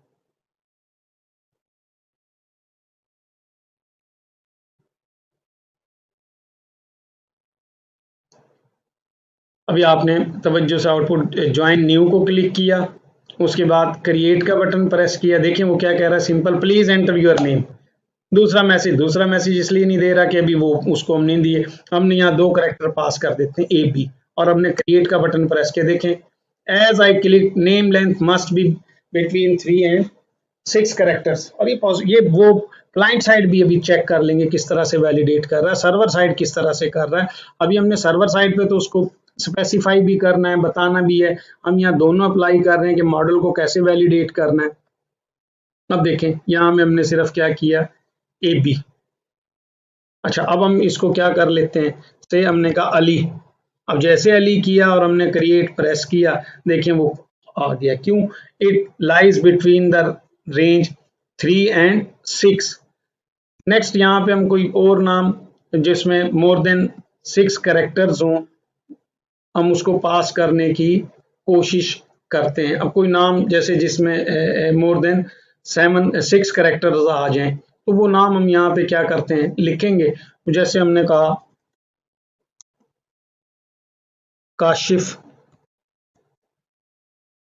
देखें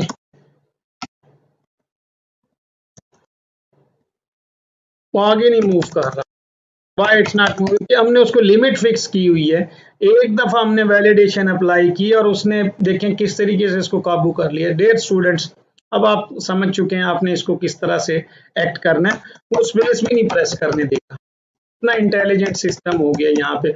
और हमने कहा क्रिएट, देखिए उसने अली और काशिफ क्रिएट कर दिए। वापस आते हैं और अब अगर हम यहाँ करते हैं जस्ट 2 कैरेक्टर्स ए सी, देखिए वो एक्सेप्ट कर रहा है 6 से आगे नहीं जा रहा, और उसने इस पे सारी की सारी वैलिडेशन अप्लाई की। इसको लेट्स चेक इट्स सोर्स, कि इसके बिहाइंड क्या HTML जनरेट होकर क्लाइंट को मिल रही है। आप यहाँ से देख सकते हैं, देखें view page source, view frame source, page का सोर्स देखें क्या दिखा रहा है। अब आप देख लें, थोड़ा सा फॉन्ट आपको नजर आ रहा होगा जो उसने जनरेट किया है। बहरहाल एनी हो, हम फिर भी उसे देखते हैं उसने क्या जनरेट किया। अब आप देखें, ये देखें ऑटोमेटिकली उसने यहाँ पर, हमने उसे कहा था ऑटोमेटिकली आप एक व्यू क्रिएट कर लें with the help of guest. सबसे पहले गेस्ट नेम को देखते हैं,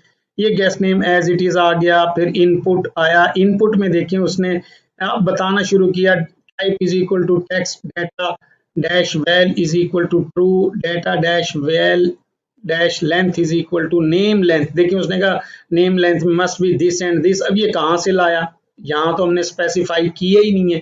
जिस वक्त ये व्यू क्रिएट हो रहा था, at the time of creation of the view, जब ये कंट्रोलर से इसको मॉडल मिला, उसने उस मॉडल को, देखें ये क्या स्ट्रांगली टाइप व्यू है, मॉडल मिला व्यू को, उस मॉडल पे जो एनोटेशन हमने अप्लाई की थी टैग हेल्पर्स ने उसको ट्रांसलेट कर दिया। और आप देख सकते हैं data dash val dash length dash max is equal to 6, उसने यहाँ फिक्स कर दिया data dash val dash length min dash min, ये मिनिमम से 3, और उसके बाद data dash val dash required, required में क्या, please enter your name, ID उसने खुद जनरेट किया, मैक्स लेंथ भी डिफाइन कर दिया। और उसके बाद यहाँ पे अब आप देखें, यहाँ पे उसने name length must B, length point of view से ये एरर देगा, मैसेज डिस्प्ले करेगा। और ये देखें रिक्वायर्ड पॉइंट ऑफ व्यू से प्लीज एंटर योर नेम, ये मैसेज वो डिस्प्ले करेगा। नेक्स्ट वो क्या, स्पैन। अब देखें जब आप इस व्यू को चलाते हैं, अभी आप देखें इस व्यू को देखें, यहाँ पे कोई नजर नहीं आ रहा, एरर कहाँ डिस्प्ले होना है। हमने टैग एलिमेंट और स्पैन एलिमेंट यूज किया, ये स्पैन एलिमेंट ये ऑटो क्रिएट हो गया क्योंकि हमने व्यू को बाइंडिंग की थी और डिफॉल्ट टेम्पलेट यूज किया, तो उसने हमें ये क्रिएट कर दिया। आप देख सकते हैं ये span class text dash danger. अब ये कौन सी क्लास है, ये बूटस्ट्रैप की क्लास है, ये टेक्स्ट का कलर रेड कर देती है, वो रेड कर रही है। Field dash validation that valid, ये एट्रीब्यूट टैग हेल्पर हमने लेक्चर में भी डिस्कस किया। उसके क्या मैसेज गेस्ट नेम पे दे, वो सर्वर से उठाता है और लोकली वो यहां से उठा लेता है कि इस पॉइंट ऑफ व्यू से। अब देखें यहाँ से आप देख सकते हैं कि वेल मैसेज में guest name point of view से जो भी जिस पॉइंट ऑफ व्यू से उसकी लेंथ पॉइंट ऑफ व्यू से या रिक्वायर्ड पॉइंट ऑफ व्यू से वो मैसेज यहाँ डिस्प्ले कर देता है। आप फिर देख सकते हैं ऐसे। अब हमने यहाँ पर ये नाम वो एक्सेप्ट ही नहीं कर रहा, इतना बड़ा नाम एक्सेप्ट फैयाज मोहम्मद जैसे करते हैं, ये देखें वो 6 कैरेक्टर उठा लेता है, बाकी क्या करता है, इग्नोर कर देता है। तो डियर स्टूडेंट आप मेरा ख्याल है अब प्रैक्टिस करें इसको, वहां से न्यूमेरिक वैल्यू कैसे पास करनी है अभी फर्दर फील्ड में भी देख लेते हैं। यहाँ पे हमने ये डीजी कहाँ पास किया, इधर ईमेल में कोई हमने ये किया और हमने कहा क्रिएट, देखें विल अटेंड को हमने अनचेक किया। अब देखें वो तीनों कह रहा विल नॉट अटेंड। अब हम क्या कर रहे हैं, अब हम ईमेल, आप देखें यहाँ से जब हमने इसको कॉल किया तो बगैर ईमेल के भी हम इसको क्या कर सकते हैं, पास कर सकते हैं। और डिस्टिंग्विश करने के लिए नेम को यहाँ पे नेम कर लेते हैं, EEM, ये देखिए 5 कैरेक्टर हैं और हमने इसको कलेक्ट किया। अब देखें अली काशिफ फैयाज नेम नजर आ रहा है 4, विल अटेंड 0 और विल नॉट, क्यों बाय डिफॉल्ट वो अनचेक है इस वक्त। Attend not attend. फिर क्या करते हैं, अब हम ये चाह रहे हैं कि बगैर ईमेल के और बगैर कांटेक्ट के हमारा फॉर्म सबमिट ना हो। Very simple, very simple. अब क्लोज करते हैं इस एप्लीकेशन को। जस्ट अपने इसी, ये देखें अभी हाईलाइटेड है, इसी पर ये दो हमारे पास इस वक्त हम चाह रहे हैं कांटेक्ट भी रिक्वायर्ड हो जाए, एक और टैग लगा देंगे, सॉरी वैलिडेशन एट्रीब्यूट रिक्वायर्ड किया, और ईमेल को भी अभी क्या कर लेते हैं, रिक्वायर्ड कर लेते हैं।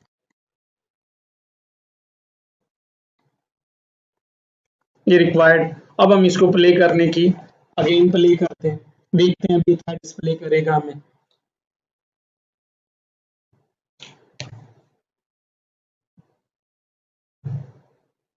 अब ये लोड कर रहा है, अभी हम चेक कर लेंगे। इसी तरह हमने ज्वाइन न्यू फॉर्म को क्लिक किया, इधर आगे, इधर देखें फैयाज 6 कैरेक्टर हैं, कोई एरर जनरेट नहीं कर रहा, और मैंने क्रिएट बटन प्रेस किया, देखें ऑटोमेटिकली आ गया contact field is required, email is required, दोनों को उसने किया। अब मैं पहले आपको ईमेल को यहाँ पे देखें, हमने उसको कोई वैल्यू पास की और क्रिएट का, देखें अगेन फोकस भी ऑटोमेटिकली उस फील्ड पे चला गया जिसमें इस वक्त एरर है, और उसने उसको क्या कर दिया, उसका ईमेल के एरर को खत्म कर दिया। कॉन्टेक्ट में मैंने 1 2 3 ये पास किया, उसके बाद मैंने इसको एम्प्टी किया, और देखें जैसे मैंने एम्प्टी किया है और क्लिक हो रहा है, एंटर प्रेस हो रहा है, आप देखें वो ईमेल इज रिक्वायर्ड। अब ये कभी भी आगे मूव नहीं करेगा। तो डियर स्टूडेंट, अब आप देख सकते हैं, अब यहाँ वैलिडेशन हम अप्लाई कर देते हैं, कोई भी ये ईमेल एड्रेस पास करते हैं और क्रिएट का बटन क्लिक करते हैं। देखें गेस्ट फैयाज और 1 विल अटेंड 0 और will not attend 1, by default वो विल नॉट अटेंड। अगर हम इसको चेक कर दें यहाँ से, विल अटेंड, ये थोड़ा सा आपको मतलब, फिर यहाँ पे नाम वो 6 कैरेक्टर 5 कैरेक्टर नेम, और क्रिएट का बटन क्लिक किया। अब आप देख सकते हैं उसने टोटल गेस्ट 2 शो कर दिए, विल अटेंड 1 और will not attend 1। Dear student, in this way you can apply your validation as per your application requirement, as per your business logic. अब थोड़ा सा इसके हम GUI को लिस्ट कैसे प्रेजेंट कर रहा है उसको भी देख लेते हैं। उसके अलावा हमने अपने लेक्चर में अभी देखा था कि हम चाहते हैं कि तमाम के तमाम एरर्स एक ही जगह पे नजर आ जाएं, तो उसके लिए हमें क्या करना होगा, वो भी हम एक ऑप्शन चेक कर लेते हैं। अपने व्यू पे आ जाते हैं, RSVP न्यू, और यहाँ आने के बाद ये देखें सबसे पहले उसने एक डिव ऑटो क्रिएट किया, ASP dash validation dash summary, और उसमें वैल्यू दी मॉडल ओनली, कि उस मॉडल से रिलेटेड जो भी है वो हम यहाँ पे उसको करते हैं ऑल। ये देखें जैसे ही मैं इसको ए प्रेस करता हूं तो नीचे इंटेलिसेंस में उसकी पॉसिबल वैल्यूज भी दिखा देता है। मैंने कहा ऑल एरर्स एक ही जगह में नजर आ जाएं, तो हम इसको क्लिक करते हैं। अब आपने देखना है कि किस तरह से ऑल, मॉडल, नन को हम यूज कर सकते हैं।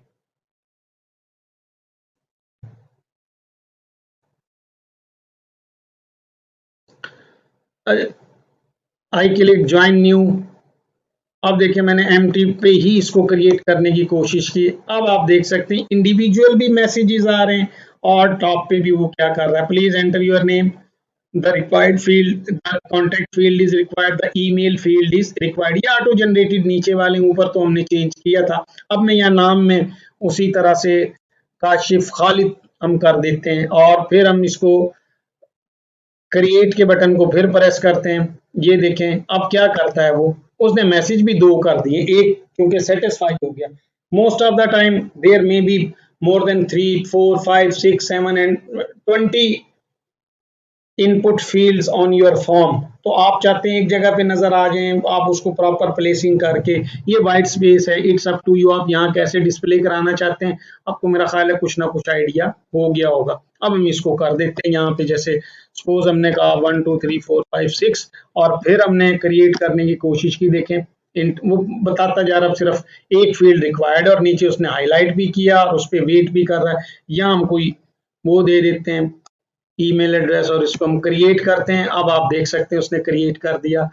डियर स्टूडेंट, अब हम ये जो ऑल गेस्ट लिस्ट, इस लिस्ट को थोड़ा सा ब्यूटीफाई करने की कोशिश करते हैं ताकि एक डिस्प्ले आपको बेहतर बनाना आ सके। उसके लिए हम टेबल एलिमेंट यूज कर लेंगे जो HTML ने हमें प्रोवाइड किया है और उसकी मदद से हम इस अपने डिस्प्ले को बेहतर करते हैं। देखते हैं हम किस तरह से उसको अपने उसमें व्यू में यूज करेंगे उसको। अब आप देखें ये रिपोजिटरी का इंडेक्स व्यू, इसमें वो डिस्प्ले कर रहा है, ये this is all guest list. अब देखिए यहाँ उसने बताया ये ऑल गेस्ट लिस्ट है, उसके लिए हम इससे इस ब्लॉक से पहले ही हमने किया टेबल। ये टेबल का भी हम यहाँ क्लोज नहीं कर रहे, इसको भी रहने दें। फिर इसमें हम डिफाइन करने की कोशिश कर रहे हैं टेबल हेडर क्या होगा उसका, ये डिफाइन किया, ये उसका क्लोजिंग टैग आ गया। अब उसमें हमने एक रो क्रिएट की, ये रो का क्लोजिंग टैग आ गया। अब उस रो में table header point of view से टीएच और टीएच में हमने GUEST गेस्ट नेम पहला हमने क्रिएट किया, फिर उसके बाद टीएच दूसरे पे वो क्या डिस्प्ले कर दे, जैसे हमने कहा कॉन्टैक्ट तो कॉन्टैक्ट आ जाए। तीसरे पे हम क्या कर रहे हैं, ये table at point of view से कॉन्टैक्ट और ईमेल, और एक लास्ट भी लगा लें टीएच, और उस पे हमने क्या कहा विल अटेंड, और देखते हैं साइन ऑफ इंट्रोगेशन, ये हमने किया। अब देखें ये टेबल टैग को उसने स्क्विगल किया हुआ ग्रीन कलर से, तो हम यहाँ पर उसको ये जैसे यहाँ कह रहा है नॉट रिप्लाइड, इसके बाहर ये इधर टेबल टैग को हम क्या कर देते हैं, क्लोज कर देते हैं। अब हम उसको एग्जीक्यूट करके देखते हैं कि वो क्या रिजल्ट दिखाएगा। एक दो स्टेप्स होंगे, फिर आपको थोड़ा सा आइडिया हो जाएगा कि हम क्या करने की कोशिश कर रहे हैं।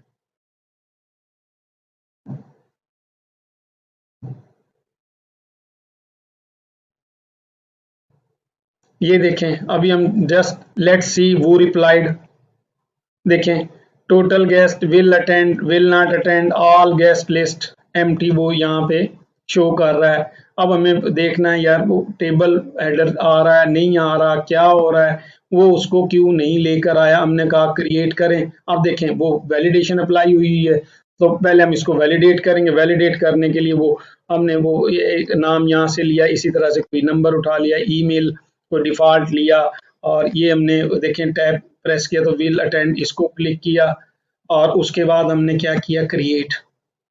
देखिए वो दिखा रहा है लेकिन वो अब अप्लाई क्यों नहीं हो रहा इस पे ऑल गेस्ट लिस्ट, और वो टेबल क्यों नहीं क्रिएट कर रहा। वो देख लेते हैं हमने कहाँ क्रिएट किया है, थोड़ा सा पता लग जाएगा कि हमने उसको कहाँ पे क्रिएट करना था। ये देखें वो क्या कह रहा है ऑल गेस्ट लिस्ट, ये हमने टेबल हेडर, ये हमने गेस्ट नेम पास कर दिया, ये हमने उसको ये सारा का सारा डाटा हमने उसको पास किया कि वो वहां पे हमें एक टेबल हमें क्या कर दे डिस्प्ले करे, और जिसमें अभी कोई रो हमने ऐड नहीं की। तो यहाँ पे जो गेस्ट नेम हम डिस्प्ले करा रहे हैं इस ये जो हमने किया यूज पैराग्राफ, इसकी बजाय हमने क्या कर लेते हैं TR कर लेते हैं, और ये देखिए ऑटोमेटिकली उसने नीचे वाला TR कन्वर्ट कर दिया, और ये हमने क्या किया TD में ये क्या आ जाए हमारे पास गेस्ट नेम आ जाए, टेबल डाटा में क्या आ जाए गेस्ट नेम। इसी तरह से हम फिर TD करते हैं, टेबल जो डाटा लेना चाह रहे हैं एट गेस्ट डॉट, देखें वो ऑटो इंटेलिजेंस कॉन्टैक्ट दिया हमने उसको किया, फिर यहाँ आगे फिर हमने उसको ये table data point of view से टैग लिया at GUST guest dot email, ये हमने किया। फिर उसके बाद हमने यहाँ किया TD, और ये देखें यहाँ आगे at guest dot will attend, इसको कर लें, फिर हम बाद में इसका डिस्प्ले भी चेक करते हैं ये कैसे ये एग्जीक्यूट होगा।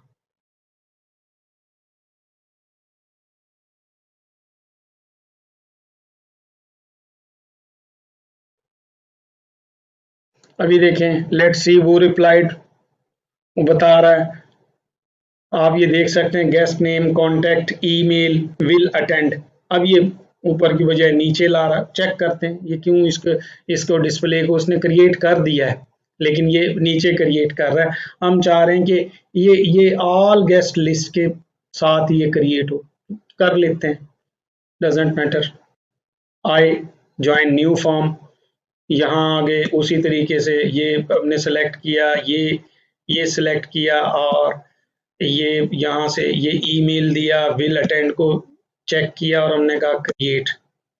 अब आप देखें डियर स्टूडेंट, उसने guest name Faiyaz contact this email के नीचे उसने ईमेल को लाने की क्या की है, कोशिश की। विल अटेंड में क्या किया है, ट्रू किया है। अभी हम टेबल की कुछ प्रॉपर्टीज सेट कर देते हैं। आप देखेंगे कि इसका ये डिस्प्ले किस तरीके से बेहतर हो सकता है। अभी वो खास इतना अट्रैक्टिव नजर नहीं आ रहा, तो उसके लिए हम यहाँ पर ये जो हमारे पास टेबल हमने क्रिएट किया, इसको क्लास डिफाइन कर दें टेबल। देखें उसको जो बिल्ट इन बूटस्ट्रैप की क्लासेस हैं वो CSS ऑटोमेटिकली अप्लाई करेगा। अब देखें वो उसका डिस्प्ले किस तरह से नजर आएगा। तो फर्दर हम इसकी मजीद क्या कर सकते हैं, प्रॉपर्टीज अप्लाई करके चेक कर सकते हैं और इसको मजीद बेहतर कर सकते हैं। जैसे लेट्स सी वो रिप्लाइड, अभी उसने कोई उस पर नजर नहीं आ रहा, उसको सिर्फ ये पता लगा ये टेबल का एट्रीब्यूट हमने अप्लाई किया है, क्लास अप्लाई की है, लेकिन हमने उसको ब्यूटीफाई करने की कोशिश नहीं की। यहाँ हम फिर कोई डाटा दें, फिर हमने क्या किया, यहाँ फिर कोई डाटा पास कर दिया, यहाँ पे हमने कहा विल अटेंड और देखें यहाँ दे दें वरना वो रुक जाएगा क्रिएट। और आप देखें अभी कोई उस पर क्लास तो अप्लाई की लेकिन कोई इम्पैक्ट नजर नहीं आ रहा। Dear student, this is for today. In the next class, we will start from applying Bootstrap classes on our HTML elements. और आज की डेमोस्ट्रेशन में हमने क्या देखने की कोशिश की, वन बाय वन। सबसे पहले हमने स्ट्रांगली टाइप्ड व्यू को पास करके देखा, मॉडल बाइंडिंग चेक की, फिर एप्लीकेशन कैसे इनवैलिड डाटा एक्सेप्ट करती है, फिर एक नया व्यू क्रिएट करके आपको गेस्ट का RSVP न्यू क्रिएट किया और उसके बाद फिर हमने आपको दिखाने की कोशिश की, क्या दिखाने की कोशिश की कि ये कैसे काम नहीं कर रहा। स्पेलिंग मिस्टेक्स को हमने करेक्ट करने की कोशिश की। फिर उसके बाद हमने टैग हेल्पर्स की मदद से वैलिडेशन अप्लाई की, उधर हमने वैलिडेटर मॉडल पे सेट किए, फिर मॉडल्स के एरर्स वन बाय वन देखे। फिर उसके बाद हमने अब जो देखने की कोशिश की कि ये जो डाटा हम रिसीव कर रहे हैं इसको और मजीद ब्यूटीफाई किस तरीके से कर सकते हैं। देखिए अभी एक नाम आया, अभी देखें लिस्ट में अभी एक और ऐड करके हम देख लेते हैं। यहाँ पे फिर वही नाम कोई बदल लें, हम कहते हैं असलम, ये असलम आ गया। और यहाँ पे हम क्या करते हैं, ऐसे एड्रेस दे न्यू कराची, ये कॉलोनी नाम आ गया। यहाँ ईमेल भी कोई AARACHI@yahoo.com, ये आपको डिस्टिंक्शन जरा थोड़ी सी नजर आना शुरू हो जाएगी, इसलिए हमने वो एड्रेस थोड़ा सा बड़ा किया। अब आप देखें गेस्ट नेम वो यहाँ लेकर आ रहा है, कॉन्टैक्ट अलग से दिखा रहा है, ईमेल को अलग से दिखा रहा है, फिर इधर विल अटेंड को वो अलग से दिखा रहा है। बाद में हम इसकी स्पेसिंग और ये सारा का सारा हम करेंगे set. I hope you also enjoyed today's demonstration and lecture. Dear student, you are again requested and required to practice it and contact me using your Google Class stream or my email. Feel free and discuss if you are facing any sort of difficulty.